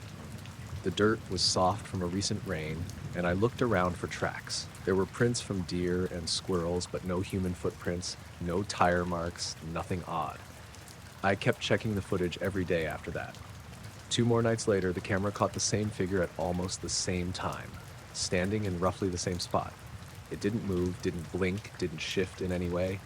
Then it vanished. When I say vanished, I mean it was there in one frame, and then the very next frame, it was gone. No blur, no fading, no leaving the frame, just completely disappeared. I checked the frame before and after several times. Nothing showed any sign of movement leading up to the disappearance. The timestamp was steady, no glitching. The thing is, the footage is grainy, low res, no details, just a blurry silhouette. But that smoothness was there, like the figure was something not quite solid. I asked a coworker to look at the clip and see if they noticed anything.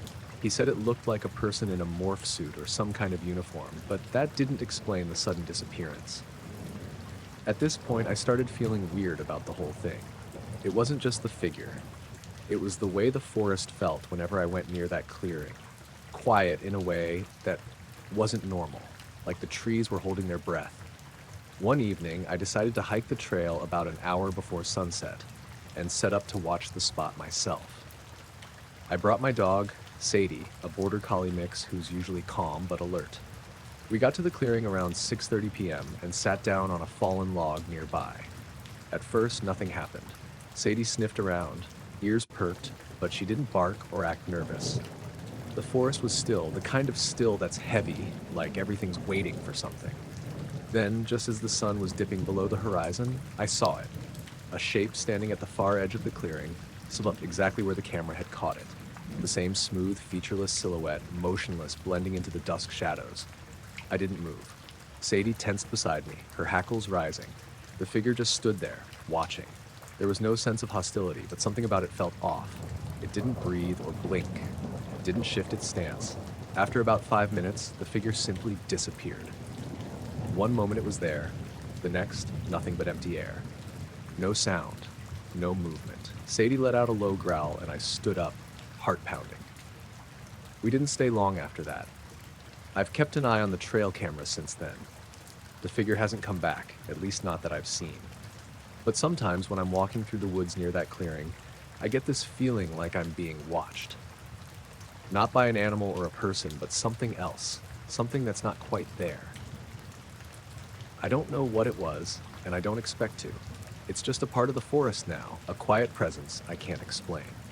I was out on Lake Winnemuck on a Tuesday evening. One of those late spring days where the air holds onto warmth even after the sun slips behind the trees. I'd brought my old aluminum rowboat, the one Dad gave me years ago, and a couple of fishing poles. Just me and my dog, Harper, a lanky golden retriever who loves water but hates the idea of getting too wet. The lake's tucked away behind a few miles of winding dirt roads, surrounded by thick pines and birches.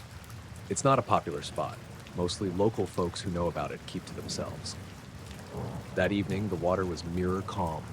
The surface so smooth I could see the pale pinks and oranges of the sunset folding into the darkening sky.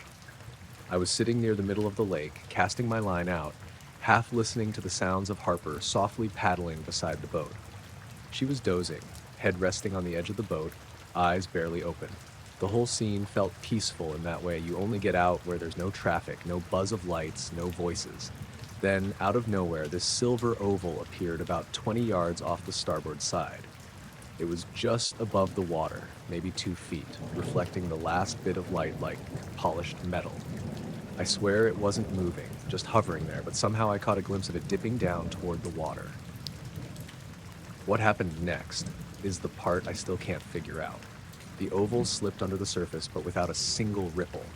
No splash, no disturbance at all. Just vanished, as if the water accepted it without a fight. I blinked, expecting to see bubbles or waves, but the water stayed perfectly still. The surface looked untouched, like I'd imagined something going in, but nothing really had. Then this thin steam started rising, right where the oval had gone under. It curled up in the cool air, rising straight for maybe 10 or 15 seconds, then slowly faded away. It wasn't fog or mist, too concentrated and sudden, like someone poured a cup of hot water into a cold lake, but I knew that made no sense. The lake was still warm from the day. Harper stirred, sniffed the air, and gave a soft growl. Not her usual playful bark, more like she sensed something off. I rubbed her head, telling myself I was just seeing things, that maybe the sun was playing tricks on me with reflections, or that it was some kind of fishing equipment someone lost. I looked around for a boat or anyone else. Nothing. No other boats, no fishermen, not even a bird flying near. The shoreline was empty, silent except for the usual rustle of leaves. I tried to keep fishing, but my hands felt cold, like the quiet had sunk into my skin. The weirdness stuck with me. How something could disappear like that without disturbing a thing, and then leave steam in its place. I kept staring at the spot, half expecting it to surface again, or for something else to happen. The sun was almost gone when I finally packed up. Harper seemed tense the whole way back to shore, eyes flicking toward the trees as if expecting someone or something to emerge. Once we reached the dock, the normal sounds of frogs and crickets felt too loud. At home later, I found myself checking the lake from my porch, trying to convince myself it was just a trick of light or some odd wave pattern. But every time I thought about that silver shape, the image felt wrong. Too smooth, too deliberate to be natural. That night, I dreamt of water that swallowed the sky and a shape gliding just beneath the surface, waiting. When I woke up, the feeling was still there, like something unseen was hovering just beyond the edge of my vision. I haven't been back to the lake since that night. Harper sometimes stares toward the woods when we're outside, ears stiff, and I get the same cold feeling in my chest. Maybe it was nothing. Maybe I imagined it. But whatever it wasn't like anything I've ever seen before. No splash, no noise, just that smooth silver shape disappearing beneath the surface, leaving only steam behind. I was cutting through a stretch of back road between Kayenta and Page, real empty country, red rock and dust, nothing but scrub and sky. It was late afternoon, but the sun was dropping fast behind the cliffs, turning everything orange and long-shadowed. I'd left Phoenix that morning and figured I'd stop for gas in Page, maybe grab a room if I got tired. The GPS had routed me onto this weird, narrow highway, State Route 98. It wasn't a road I'd ever taken, but it seemed faster than going around. My signal had cut out an hour earlier, but the map was still loaded, so I just kept going. I hadn't seen another car for a good 30 miles, not one. No billboards, no gas stations, no fences, just mesas and sand. It was almost peaceful until it wasn't. I first noticed it when I came over a rise and dipped into this shallow canyon. The road curved, then ran straight for a long stretch between two ridges. I checked my rear view, habit, I guess, and saw headlights, two of them. Close. I hadn't passed anyone. There were no turnoffs, no lights behind me for hours. But now, clear as day, someone was following me. I slowed down a little to let them catch up, thinking maybe it was a ranger or a local. But the lights kept the same distance, not gaining, not falling back, just there. I tapped my brakes a few times. Nothing. They didn't flash theirs or react in any way. The weirdest thing was I couldn't see the car, just the lights. Bright like high beams, but not blinding. They didn't bounce or shift like headlights usually do when someone's hitting bumps or small hills. They just floated there. Same height, same spacing, same brightness. Too steady. After a few miles of this, I figured maybe it was just a trick of the road. Maybe there was a truck on a different highway behind me, and the angle made it look like it was tailing me. I decided to pull over and let it pass. There was a gravel shoulder wide enough to stop, so I eased onto it, threw on my hazards, and waited. The lights kept coming. But here's the thing, when I looked in the side mirror, I didn't see anything. The rear view still showed the lights, but the side mirror, just empty desert. I even leaned out the window a little to check. Nothing there. That's when I realized there was no road behind me. Not anymore. I swear to God I'd just been driving that same stretch. Asphalt, yellow lines, the whole deal. But when I look back now, it was just scrub and rock. No pavement, no tire marks, just open land. I thought maybe I'd turned without noticing, like there'd been a split in the road. But no, my tires were still on asphalt. I even opened the door and stepped out. The wind was picking up, carrying that dry, hot smell you only get out there. I walked a few feet behind the car. No road. It didn't make sense. I should have been able to see it stretching back at least a few hundred feet, but it just wasn't there. It looked like the road started right under my back tires and didn't exist before that. I walked back to the driver's side and checked the mirror again. Still lights, still behind me. I climbed back in and started driving again. Not fast, just steady. I watched the mirror the whole time. The lights didn't follow, they stayed in the same spot. Then, after about 5 minutes, they were gone. No fade, no curve in the road to hide them, just gone. I didn't feel relief. I felt watched. I kept glancing over my shoulder even though I knew nothing was there. Another few miles passed, the sun was nearly down now, and the whole desert looked flat and gray. That's when my headlights flickered. Once, twice, then stayed on. I tapped the dash, probably just a loose wire, I figured. The rental had been making a weird sound since I picked it up. A minute later, the engine made this soft whining noise like it was straining. RPMs dipped. The whole car jerked once, then smoothed out. That's when I saw movement up ahead. Something crossed the road. Quick, low to the ground. I only caught it in my peripheral vision. Might have been a coyote, but it didn't move like one. It didn't run. It sort of glided. I slowed down to look, but there was nothing. No prints, no shape disappearing into the brush. The air felt weird, heavy. Not hot anymore, just thick. Then the static started. It came through the speakers, even though the radio was off. Just a low hiss, barely noticeable, but rising. Like a storm was nearby. I turned the knob, nothing changed. Tried to shut the stereo off completely, but it didn't respond. The hiss kept building until it suddenly cut out. Silence. That's when I noticed the sky. It wasn't dark yet, not fully, but the stars were already out, except above me. Directly overhead, there was this perfect circle of empty sky. No stars, just blank. It didn't look like a cloud. It was too precise, too still. I kept driving. A mile or two later, I saw lights again, but not behind me this time, off to the side, maybe half a mile out, floating low over the desert. Two of them, close together, moving slow. I figured it might be a drone or a tower, but then they split. One went left, one went right. Both rose at the same time, then dropped in sync, then vanished. I pulled over again. I needed to breathe. When I stepped out, I noticed this faint humming. Not from the car, from the air. It was high-pitched and constant, like the sound you hear when a TV's on in another room. I stood there for maybe 30 seconds, and then I heard something behind me. A soft crunch. I spun around. Nothing. Another crunch. Closer. I didn't see anything, but I swear something was moving through the brush, just out of sight.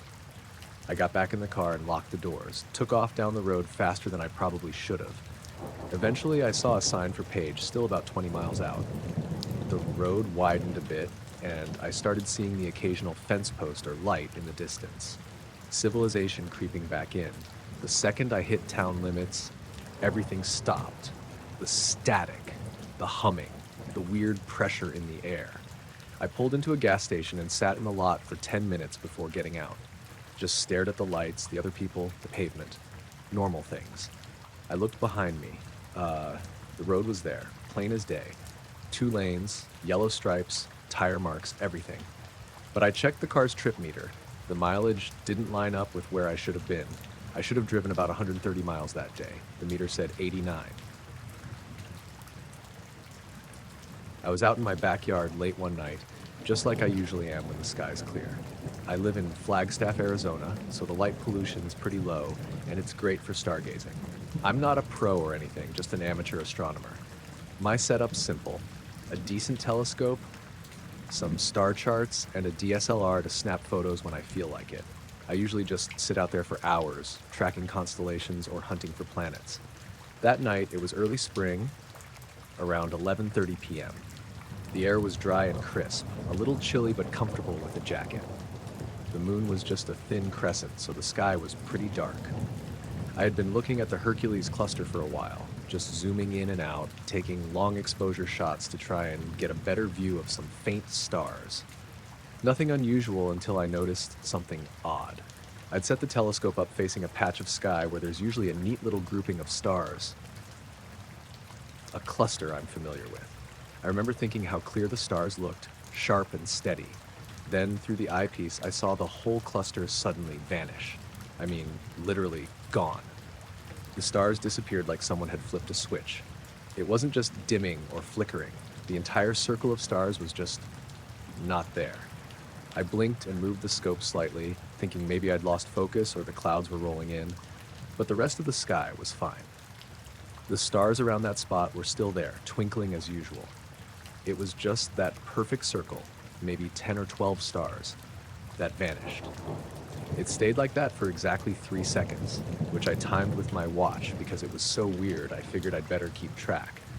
Then, just as suddenly as they disappeared, the stars reappeared in the exact same positions. I stared at the eyepiece, trying to process what I'd just seen. My heart started beating a little faster. I looked around, checking for any clouds or anything that might have caused the effect. Nothing. The air was clear. I thought maybe I'd imagined it. So I waited a bit and refocused the telescope on the same spot. I didn't want to take another photo right away because the last one came out blurry. Instead, I just watched. After about 10 minutes, the stars in that exact spot flickered again. This time, it wasn't a total disappearance. It was like they dimmed drastically, then slowly brightened back up over a span of maybe 5 seconds. It was subtle, but definitely not normal. At that point, I started feeling uneasy, like I was being watched. My backyard isn't big, but it's surrounded by tall pines, so it's pretty isolated. I glanced behind me, half expecting a neighbor or a late-night dog walker. Nothing. I pulled out my phone to check the photos I'd taken. The images showed the star cluster perfectly visible in the first few shots. Then in the frame, from the exact moment the stars vanished, that circle was just a black hole against the rest of the sky. No stars, no light, just empty space. I couldn't explain it. I showed the photos to a couple of friends who are more into astronomy, but no one had a decent answer. They suggested everything from camera glitches to weird atmospheric interference, but none of it really fit. A perfect, sudden disappearance of a specific star cluster for 3 seconds? That's not normal. The next morning, I checked some online sky trackers and astronomical reports. No meteor showers, no solar flares, nothing unusual noted that would cause a cluster of stars to just blink out like that. That night, I went back out to watch again, hoping it was a one-off thing. But as I looked through the telescope, the same spot in the sky started to shimmer faintly, like heat haze on pavement, but in the cold night air. The stars twinkled erratically, almost like they were flickering in and out of existence. I felt like the sky itself was unstable there. I packed up early after that. The feeling I got watching that patch made me want to get inside. I kept the photos on my phone for a while, but after a couple of days, I deleted them. I couldn't shake the feeling that something about those images was off. Like, looking at them too long might pull me into the same weirdness I saw through the scope. Since then, I've been cautious about looking in that part of the sky. I don't get out there as much anymore, and when I do, I stick to familiar constellations far from that spot. I still don't know what I saw. It was real. I know that much. The stars literally disappeared and came back, and nothing I've read or heard explains how that could happen. I guess I'll keep looking up, but maybe not quite as close this time. I just passed the playground, the one with the rusted swing set and the concrete path curling around the pond when I noticed it. Or maybe I didn't notice it at first. I just felt it, like the air itself had grown heavier, tighter around my chest. My name's Laura Kinney. I usually run the same loop every night through Eastwood Park, and I've never been a fan of the dark or fog, but it had been a long day and I needed to clear my head. The fog that night was thick, rolling in from the north end of the park, curling around the oak trees like it had a mind of its own. I slowed my pace, trying not to let my imagination run wild. That's when I saw the shadows. Not like normal shadows cast from the streetlights that flickered along the trail, but darker, denser, moving in the periphery of my vision. Every time I turned my head, trying to catch them, they were gone. I stopped and stood in the middle of the path, chest heaving from the run, but also from something else. There was a faint rustling, like leaves brushing together, but I couldn't tell if it was the wind or something else. My flashlight app on my phone was dead. I'd forgotten to charge it, so I was running blind except for the pale halo of light around the street lamps. I told myself I was imagining it, that my brain was just tired. I'd been working late and my mind was probably playing tricks. I started jogging again, slower this time, trying to keep my eyes focused straight ahead. But I could feel it, the prickling at the back of my neck, the weight of something just out of view following. Every turn I made, every time I looped around a tree or a patch of brush, it felt like the space behind me stretched and shifted, as if someone or something was keeping pace without ever making a sound. I passed the pond, and that's when it got worse. The fog hung low over the water, blurring the reflections of the lampposts. My shadow stretched on the path, but I could swear there was another shadow, detached from mine, gliding across the edge of the water. I stopped, heart hammering. There was nothing there when I looked directly, just the empty pond and the mist curling off the surface. But when I turned back, straightened my gaze to the path again, I caught a flicker at the edge of my vision. A dark figure ducking behind a tree, or maybe just a trick of the fog. I tried to shake it off and started walking, slower, my sneakers crunching on wet leaves. The park is small, and I should have been close to the northern exit by then, but it felt like I was going in circles. Every time I thought I recognized a section of path, it didn't look quite right. Branches where there hadn't been branches, puddles where the ground had been dry. My sense of direction was slipping, even though I've run this loop hundreds of times. Then I heard it. A low, barely there sound, like soft scraping, like someone dragging their fingertips across bark. I froze, listening. The sound stopped immediately. My breath was loud in my ears. I turned slowly, scanning the fog-shrouded trees. Nothing. The park was silent. I convinced myself it had been a branch rubbing in the wind, but my stomach didn't buy it. I started jogging again, faster this time. I couldn't tell if I was being followed or if I'd just been spooked into paranoia. My hands were cold. My heart was racing. And then the shadows returned, tiny, flickering at the corner of my vision, darting between trees. I caught a glimpse once, maybe a second, and it looked off. Not human, not entirely. Too thin, too elongated, like the silhouette of a person stretched wrong. But when I turned to look, of course, nothing was there. I reached the northern edge of the park, where the path meets the street. The fog thinned slightly, and the familiar glow of the street lamps greeted me. Relief surged, but so did confusion. The sense of being watched didn't leave, even under the yellow light. I looked back toward the park, into the swirling gray, and the shadows seemed gone. But the air felt heavier, like a weight had lifted but hadn't disappeared. I kept running, moving faster now, until I reached my apartment. I locked the door behind me, trying to convince myself that it was just my imagination. That happens sometimes, I told myself. Late night runs, fog, overworked brain. But I couldn't shake the feeling. Even standing in my apartment, lights on, windows closed, I felt it pressing against the edges of perception, as if it had followed me all the way in but stayed just out of sight. Over the next few days, I tried going back to the park. During the day, everything was normal. Children playing, joggers running, dogs barking. Nothing seemed out of place. But I avoided running at night. I couldn't bring myself to see it again, not with the fog and the trees and that feeling that I wasn't alone. Sometimes, though, when I close my eyes at night, I see it again. The flicker at the corner of vision, the elongated shapes that vanish the moment I look directly. I hear that faint scraping sound in my head like fingernails on bark, and every time I wonder if I'll ever understand it. Or if it's still out there watching, waiting, just beyond the reach of my flashlight. I've never told anyone this before, not friends, not family. They'd laugh, say I was imagining things, that fog and exhaustion make the mind play tricks. Maybe they're right, but I know what I saw or felt and I can't explain it.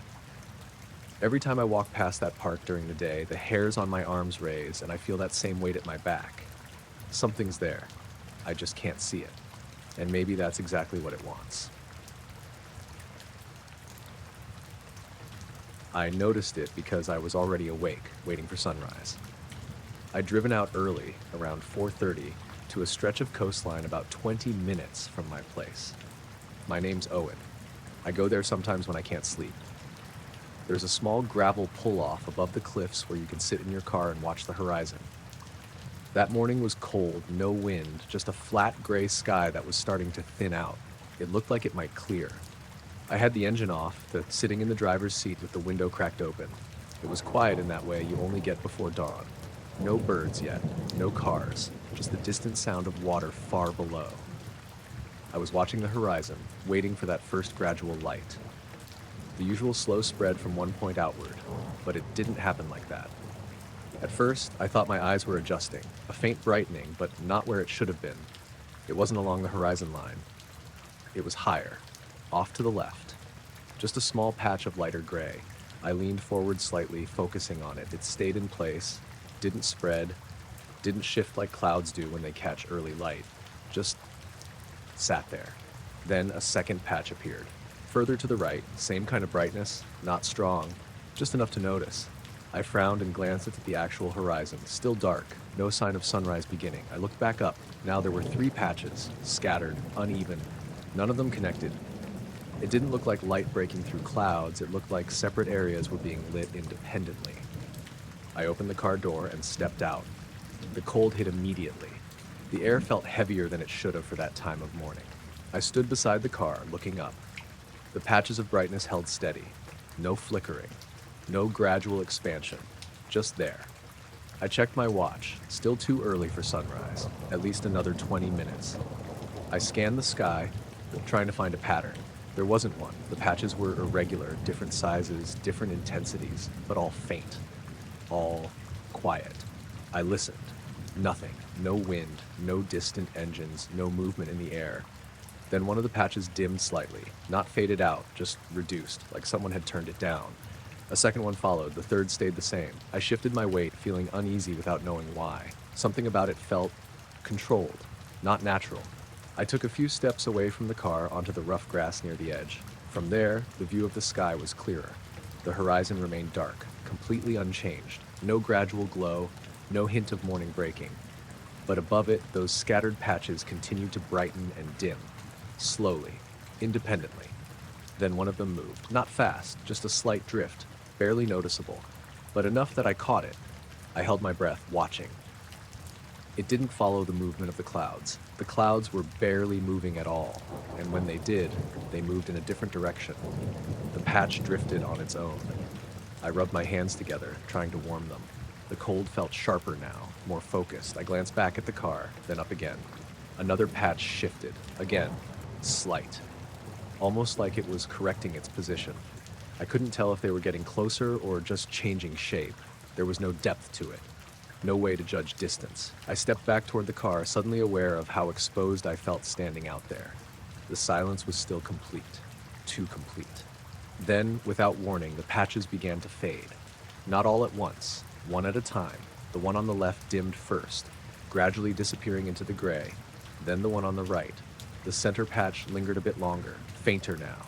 Then it too faded. I stood there staring at where they'd been. The sky returned to uniform gray. No uneven brightness, no scattered light, just flat, dull cloud cover. I checked the horizon again. Still dark, still no sign of sunrise. I waited. 5 minutes passed, then 10. Eventually, the real light started to appear, the normal way, a gradual brightening along the horizon, spreading outward, even. Predictable, like it always does. I got back into the car and sat there watching it happen, trying to match it with what I'd seen earlier, but it didn't match. Not at all. The earlier light hadn't spread, hadn't come from the horizon, hadn't behaved like sunlight. It had just appeared in separate places and then disappeared without becoming anything else. I stayed until the sun was fully up. Everything looked normal again. The sea, the sky, the road behind me. But I kept thinking about those patches, how they lit up parts of the sky that shouldn't have been lit yet, and then faded, like whatever was behind them had decided it was done.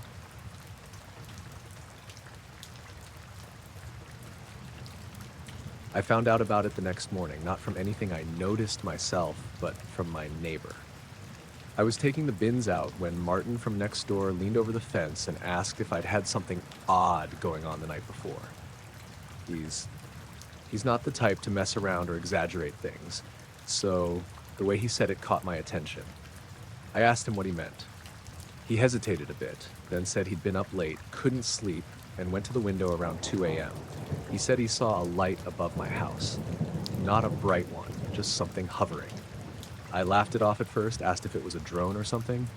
He shook his head, said it didn't move like one, didn't make any noise either. Just stayed there for a bit, then drifted slightly and disappeared. I told him I hadn't noticed anything. He nodded, but he still looked a bit unsure, like he didn't fully trust what he'd seen. We left it at that, but it stuck with me.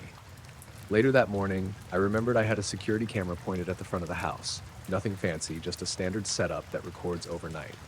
I went inside and pulled up the footage, scrolled back to around 2 a.m. Everything looked normal at first. The driveway, the street, a car passing around 150. Nothing unusual. I let it play. At 2:07, I noticed something. A flicker. Just one frame where the image seemed to shift slightly. Not dramatically, just enough to catch my eye, like the exposure had jumped for a split second. Then it went back to normal. I paused the footage, rewound it, played it again, same thing. A single flicker. I leaned closer to the screen. Something about it didn't look like a typical camera glitch. It wasn't just brightness, the image itself looked slightly off, like the angle had shifted a fraction. Then I noticed the timestamp. It jumped from 2:07:13 to 2:07:19. 6 seconds missing. I frowned. That shouldn't happen. The system records continuously. There's no motion detection or anything that would cause gaps like that. I checked the rest of the footage. Everything else was intact. No other skips, no other flickers, just that one moment. I went back again and watched it slower, frame by frame. Right before the flicker, everything looked normal. Then that single distorted frame, then the timestamp jump, then back to normal. No transition, no sign of anything happening in between, just missing time. I leaned back in my chair, trying to think of a reason for it. Power fluctuation, signal drop, but there hadn't been any outages. No other devices had reset. I checked the system logs. Nothing recorded at that time. No errors, no interruptions. I went outside and looked up at where the camera was mounted. Still in place, no damage, no loose wiring, everything seemed fine. I stood there for a minute, looking up at the sky above the house. Clear daylight now. Nothing unusual, but I kept thinking about what Martin had said. A light, hovering, right above the house, and then that gap in the footage. I went back inside and watched it again. This time, I focused on the frame just before the flicker. There was something subtle there. Hard to notice at first. A slight change in the shadows on the driveway, not moving, just shifted, like the light source had changed direction for a moment. But there was no car, no passing headlights, nothing that should have caused that. Then the flicker, then the gap, then everything normal again. I checked the other cameras, backyard, side of the house, same thing, at roughly the same time. A flicker, then a gap, different angles, but the same missing seconds. I tried to line them up, see if anything overlapped, but the gaps weren't perfectly synced. One camera missed 20 another missed 215 to 221. Close, but not exact. Like they'd all been affected slightly differently. I felt a bit uneasy at that point. Not scared, just unsettled. I went outside again, this time into the backyard, stood where the camera covered, looked up. The sky was empty, no signs of anything. I tried to picture what Martin might have seen, a hovering light, quiet, still, then gone. And in that same moment, every camera around the house had that brief interruption. 6 seconds. Gone. No explanation. I went back inside and left the footage paused on that distorted frame, looked at it for a long time, trying to make sense of what was different about it, but it was too subtle. Just a slight shift, a small inconsistency, like the image had been stretched for a moment, then corrected. I closed the app after a while. Didn't feel like staring at it anymore. But later that night, when everything was quiet again, I found myself looking out the window, at the same patch of sky, thinking about those 6 seconds, and how whatever had been there hadn't shown up clearly on any camera, just enough to leave a flicker and a gap where something should have been recorded, but wasn't.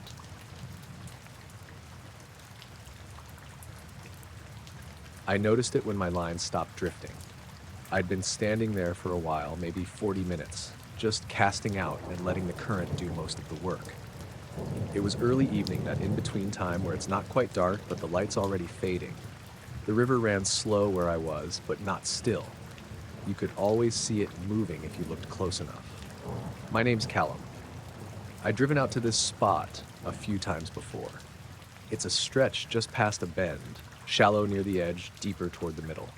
Nobody else around that night. I'd passed one car on the way in, that was it.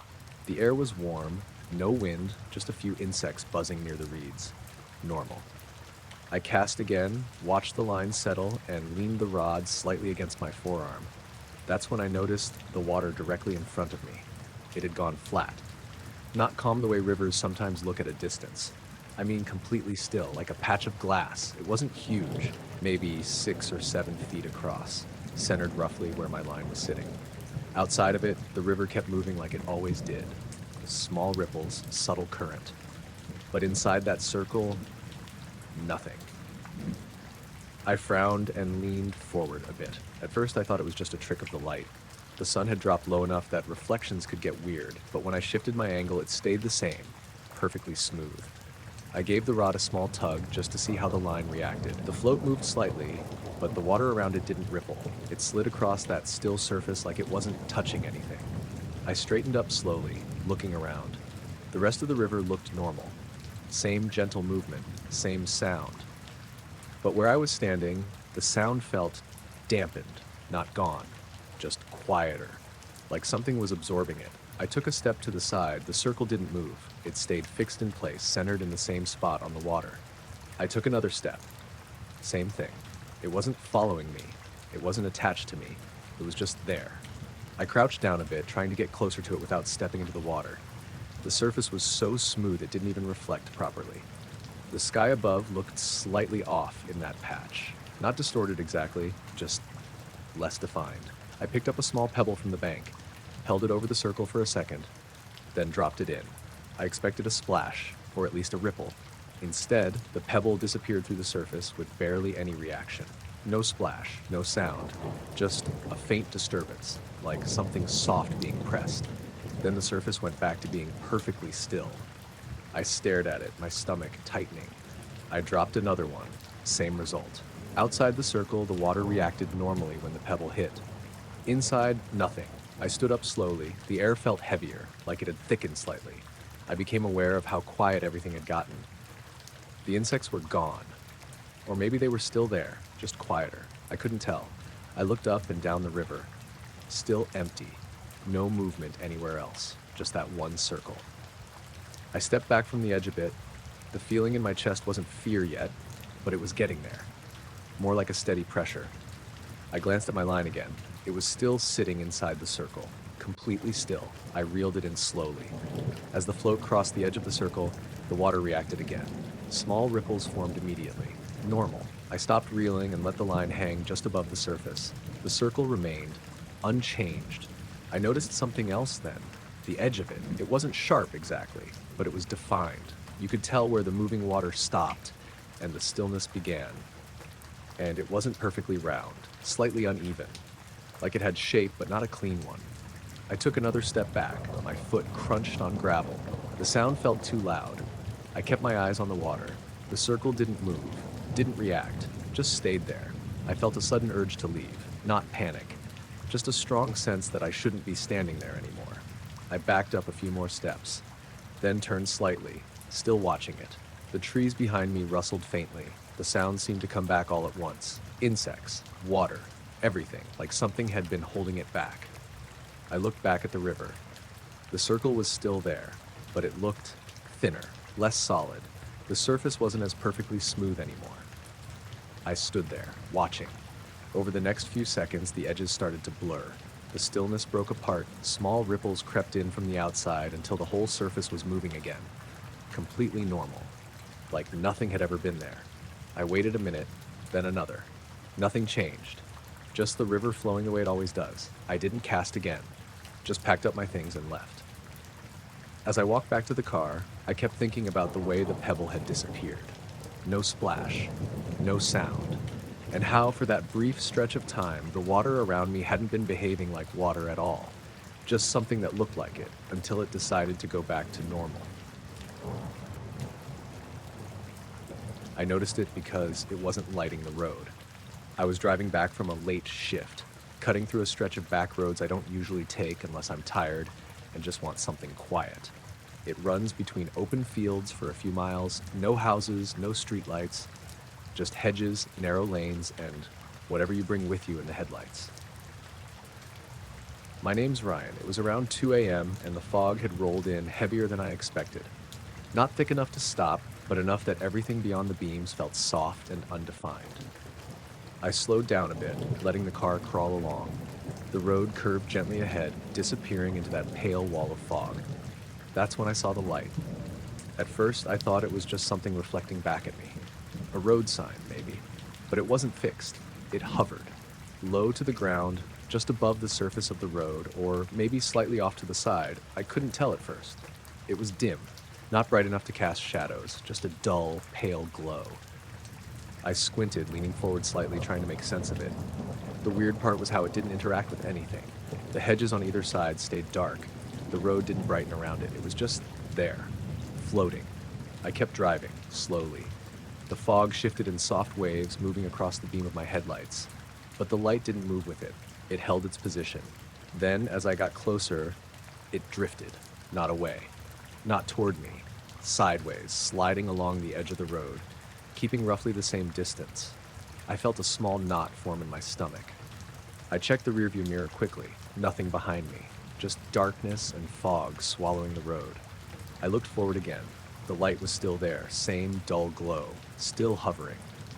I eased off the accelerator more, almost coasting now. The engine noise dropped. And that's when I noticed something else. The sound inside the car changed. Not the engine, not the tires, just quieter, like the outside noise had been dampened. I cracked the window slightly. Cold air came in, carrying that usual damp smell of fog and soil, but it felt still. No wind, no movement. I listened carefully. No distant cars, no rustling, just a kind of muted silence. I looked back at the light. It had shifted again, now slightly further off the road, hovering over what I assumed was the edge of a field. Still low, still dim. I slowed the car almost to a stop. I don't know why. Part of me just wanted to see what it would do. I stopped completely. The car idled quietly. The headlights pointed straight at the fog ahead. The light remained off to the side, hovering. I watched it. It didn't flicker, didn't pulse, just stayed steady. Then slowly, it started to fade, not move, just lose brightness, like someone turning down a dimmer switch. I leaned forward again, trying to keep it in sight. It got fainter, still there, still hovering. Then the fog shifted slightly, a thicker patch drifted across. For a second, the light looked distorted, like it bent around the fog. Then, it was gone, not behind the fog. Gone. The space where it had been was just empty gray. I sat there, staring at that spot, waiting for it to come back. Nothing happened. The silence broke gradually, a faint rustle somewhere, the distant hum of something far off, normal sounds creeping back in. I stayed parked for a minute longer, then two. My hands rested on the steering wheel, not moving. Eventually, I let out a breath I didn't realize I'd been holding and put the car back in gear. Started driving again. As I passed the spot where the light had been, I slowed slightly, glancing out to the side. The field looked normal, flat, dark, fog drifting across it. No glow, no movement, just empty. I kept driving. The road straightened out for a bit. The fog thinned slightly. Everything looked more normal again. But I couldn't shake the feeling that something had been there. Not a reflection, not a light source. Something occupying that space, just above the ground, moving in a way that didn't match anything around it. I drove the rest of the way home without stopping. Didn't see anything else like it. But every now and then, when I hit another patch of fog on that same road, I catch myself slowing down without thinking. Watching the edges of the headlights, looking for that same dim glow, not above the road, not in the sky, but low, just out of reach, waiting to drift into view and disappear again before I can figure out what it actually was. I saw it because the water around it didn't move. I'd gone out early that morning, just before sunrise. There's a reservoir about 20 minutes from where I live, tucked between low hills and a bit of woodland. Nothing special, but it's quiet and you don't usually see anyone there that early. My name's Callum. I fish there maybe once or twice a month when I need to clear my head. It was cold that morning. Not freezing, but enough that there was a thin mist sitting over the surface of the water, the kind that drifts slowly, barely noticeable unless you really look at it. I set up on a small patch of bank near the far side, where it curves inward.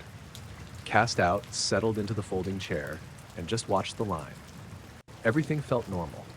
Birds starting up in the trees, light slowly coming in, that quiet shift from night to morning. I remember noticing how still the water was near me. Not completely flat, there were small ripples further out, but right where my line was, it looked calmer than the rest. I didn't think much of it, just assumed it was the way the wind was hitting the surface. I took a sip from my flask and looked down. That's when I saw the glow. At first, I thought it was just light from the sky reflecting weirdly, but it wasn't above the water, it was under it.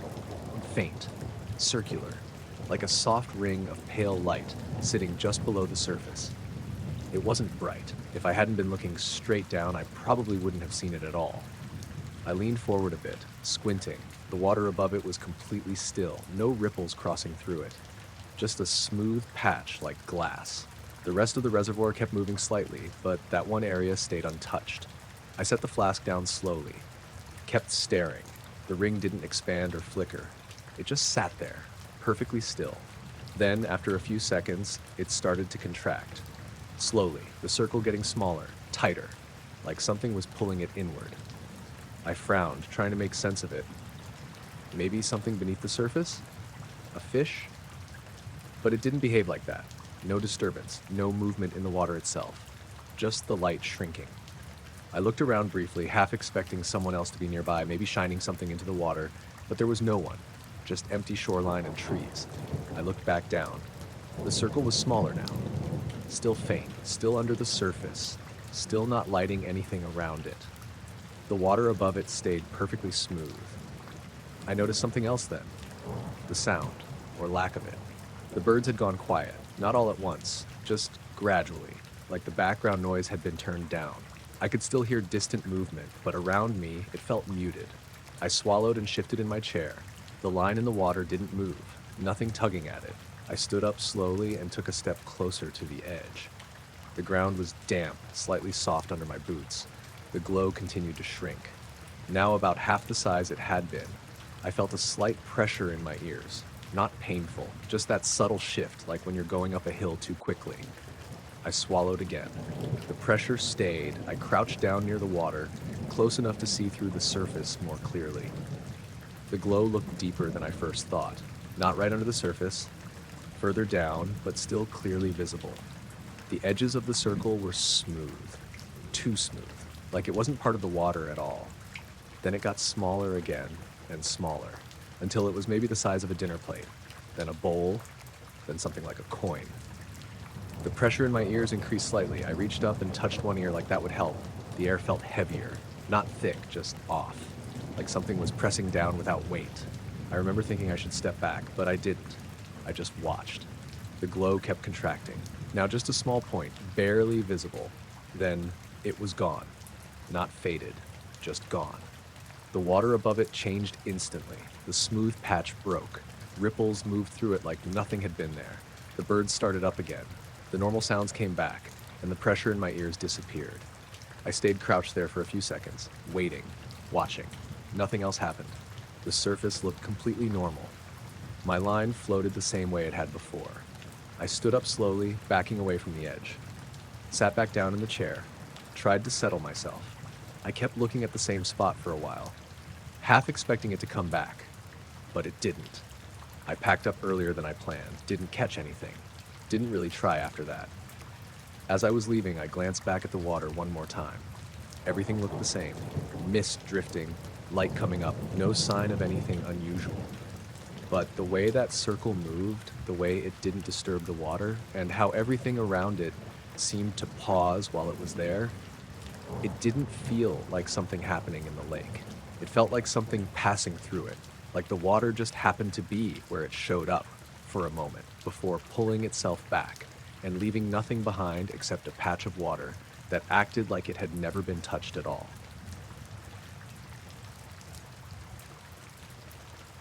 I was halfway through the server upgrade when I saw the first timestamp.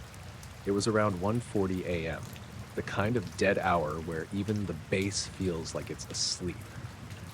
I'd been contracted to help replace some aging infrastructure in one of the internal systems. Nothing classified on my end, just hardware swaps, firmware updates, making sure things didn't crash when they flipped everything back online. The server room I was working in sat below ground level, tucked behind 2 badge access doors and a biometric scanner that barely worked half the time. Cold air, constant hum, rows of racks blinking quietly. Standard setup. I was running a basic integrity check after a partial reboot when I noticed it, just a line in the log that didn't belong. External handshake initiated. I frowned at it, mostly because the timestamp didn't make sense. It hadn't happened yet. My system clock read 0143. I figured it was left over from a previous log cycle. Happens sometimes if buffers don't clear properly during updates. I scrolled back through the entries. Same line appeared again. Different date. Zoo T. External handshake initiated. And again, every single day. Same exact time, same exact wording, no variation, no follow-up entries. Just that one line, sitting there like it didn't care if anyone noticed it or not. I leaned back in the chair, rubbing my eyes. Maybe it was a test ping. Some internal protocol I wasn't cleared to understand. But the phrase external handshake bothered me. Nothing external should have been able to touch this system. That was the whole point of the network isolation. Air-gapped, locked down, no inbound connections. I'd been briefed on that at least 3 times before they let me into the room. I checked the network activity logs. No traffic at 2:17 on any of the recorded days. No packet spikes, no port activity, nothing. Just silence. The system showed an event, but no evidence it had actually happened. That didn't sit right. I opened a separate console and ran a live monitor, just to see if anything would trigger when the time rolled over. I wasn't planning on staying that late, but curiosity got the better of me. Around 2:05, the hum of the server rack seemed louder than usual. Not actually louder, just more noticeable. The room felt colder, too, like the AC had kicked up a notch. I checked the wall panel, same temperature as always. At 2:16, I stopped typing and just watched the screen. The seconds ticked down. 2:16, bling.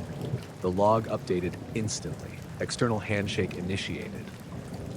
I waited for something else to appear. A connection record, a response, anything. Nothing. The cursor blinked. The room hummed. That was it. I checked the network monitor again. No change. No activity. I ran a trace command, just in case there was a delayed response. Nothing. It was like the system was acknowledging something that didn't exist. I stayed another 10 minutes, just staring at the logs, waiting for anything to follow that entry. But it never did. It just sat there, another identical line added to the list. I told myself it was a glitch, some outdated script that ran on a timer, maybe a legacy system that hadn't been properly removed. But then I noticed something else. The timestamps were perfect. down to the second. No drift, no jitter. That's rare, even in well-maintained systems. Clocks slip, microseconds add up, but these entries were exact, every day, same time, no variation. That meant whatever was triggering it wasn't part of the normal system clock cycle. I flagged it in my notes, didn't file a formal report, just wrote it down for later. The next night I checked again, same thing. External handshake initiated. I ran deeper diagnostics that time, dug into the system processes, looking for anything that might explain it. No scheduled tasks, no cron jobs, no hidden services, nothing that should have been generating that line. I even disconnected part of the internal network, isolating a few racks just to see if the event would still log. It did. Same time, same message. That was when I started to feel uneasy, not scared, just off. Like I was looking at something I wasn't supposed to understand. On the third night, I decided to push it further. At 2:16, I opened a command prompt and tried to intercept whatever this handshake was. Set up a listening port, ran a passive scan, anything that might catch a signal. When the clock hit 2:17, the log updated. External handshake initiated via, and for a split second, barely noticeable, the command prompt flickered. Just a blink. Then it was normal again. I checked the output. Nothing had been captured. No packets, no incoming requests, no data at all. But I knew something had happened. The flicker wasn't part of the system behavior. It felt external, like something had brushed against the system without fully connecting. I leaned back in the chair, staring at the screen. External handshake, I said out loud, just to hear it. The words didn't make sense anymore. Who was it handshaking with? There was no external network, no incoming connections, no outside signals allowed. And yet every night at exactly 2:17, something reached in, or at least the system thought it did. I finally decided to report it. Next morning, I mentioned it to a supervisor named Klein. Mid-level guy, always looked like he hadn't slept enough. Probably a logging error, he said without really listening. I checked for that, I said. It's consistent, every day, same time. He nodded slowly, like he was processing it, but his eyes had already drifted to something else on his desk. I'll take a look, he said. That was the end of the conversation. Later that day, I went back to the server room to continue the upgrade work. My access badge didn't work. I tried again. Red light. A security guard I hadn't seen before stepped over. You're reassigned, he said. Reassigned to what? Different wing. Why? He didn't answer. I found Klein again, asked him what was going on. Project scope changed, he said, not meeting my eyes. You're needed elsewhere. That log issue, did you look at it? He paused for just a fraction of a second, then shook his head. Not my department. That didn't make sense. It was his department. I didn't push it. Didn't feel like something I should push. They moved me to a different building that afternoon. Smaller job, less access, no direct connection to the systems I'd been working on. That night, out of habit, I checked my watch around 2:17. I don't know why. I just did. And for a moment, just a moment, I felt the same thing I'd felt in the server room. A subtle shift. Like something had happened, just outside of reach. I don't have access to those logs anymore. Haven't seen them since. But sometimes when I'm up late, I catch myself glancing at the clock, waiting for it to hit 2:17. Not because I expect to see anything, just because part of me still wonders what was reaching in and why it only needed a second to do it. I was about halfway through my second overnight rotation when I saw the first one. It was just after 2 a.m., the slow part of the shift where nothing usually happens and you're mostly just watching a screen, trying to stay alert. I was still new, technically a trainee, so I wasn't running anything solo, just monitoring, logging, and double-checking what the senior techs already knew by heart. The room stayed dim all night, just the glow from the radar displays, and a couple overhead lights turned low. You get used to it after a while. Everything feels quieter in there, like the outside world doesn't really exist. My station covered high-altitude returns, mostly commercial traffic at a distance. Occasional military flights, nothing unusual. The software filtered most of it automatically. That's why the first return caught my attention. It wasn't filtered. A small blip appeared near the top of the display. Right above the base coordinates, almost perfectly centered, altitude reading flickered, then locked. I leaned forward. It didn't make sense. The number was too high, way above anything I'd seen come through that system before. Higher than commercial lanes, higher than anything we tracked routinely. "Hey," I said, glancing over at the guy next to me. Mendez. He'd been doing this for years. "You seeing this?" He didn't look up right away. "Seeing what?" I pointed at the screen. "Top center, that return." He leaned over, squinting at it. The blip held steady, not moving, not drifting with wind or showing any track pattern. Just there. He watched it for maybe 2 seconds. No fade, no movement, just gone. Mendez straightened up. "Probably noise," he said. "Noise?" I asked. "It had an altitude reading. Doesn't mean anything," he replied. "You'll see weird stuff sometimes. How system picks up junk." "That didn't look like junk," he shrugged. "Log it if you want," he said, "but it won't go anywhere." I sat back, still staring at the empty spot where it had been. Nothing came back for the next 20 minutes. Just normal returns, everything moving the way it should. I almost forgot about it. Then it happened again. Same position, same altitude range. The blip appeared suddenly, like it had always been there, and the system just noticed it. I checked the timestamp, 2:31. The return held steady, no movement, no signal variation, just a fixed point directly above the base.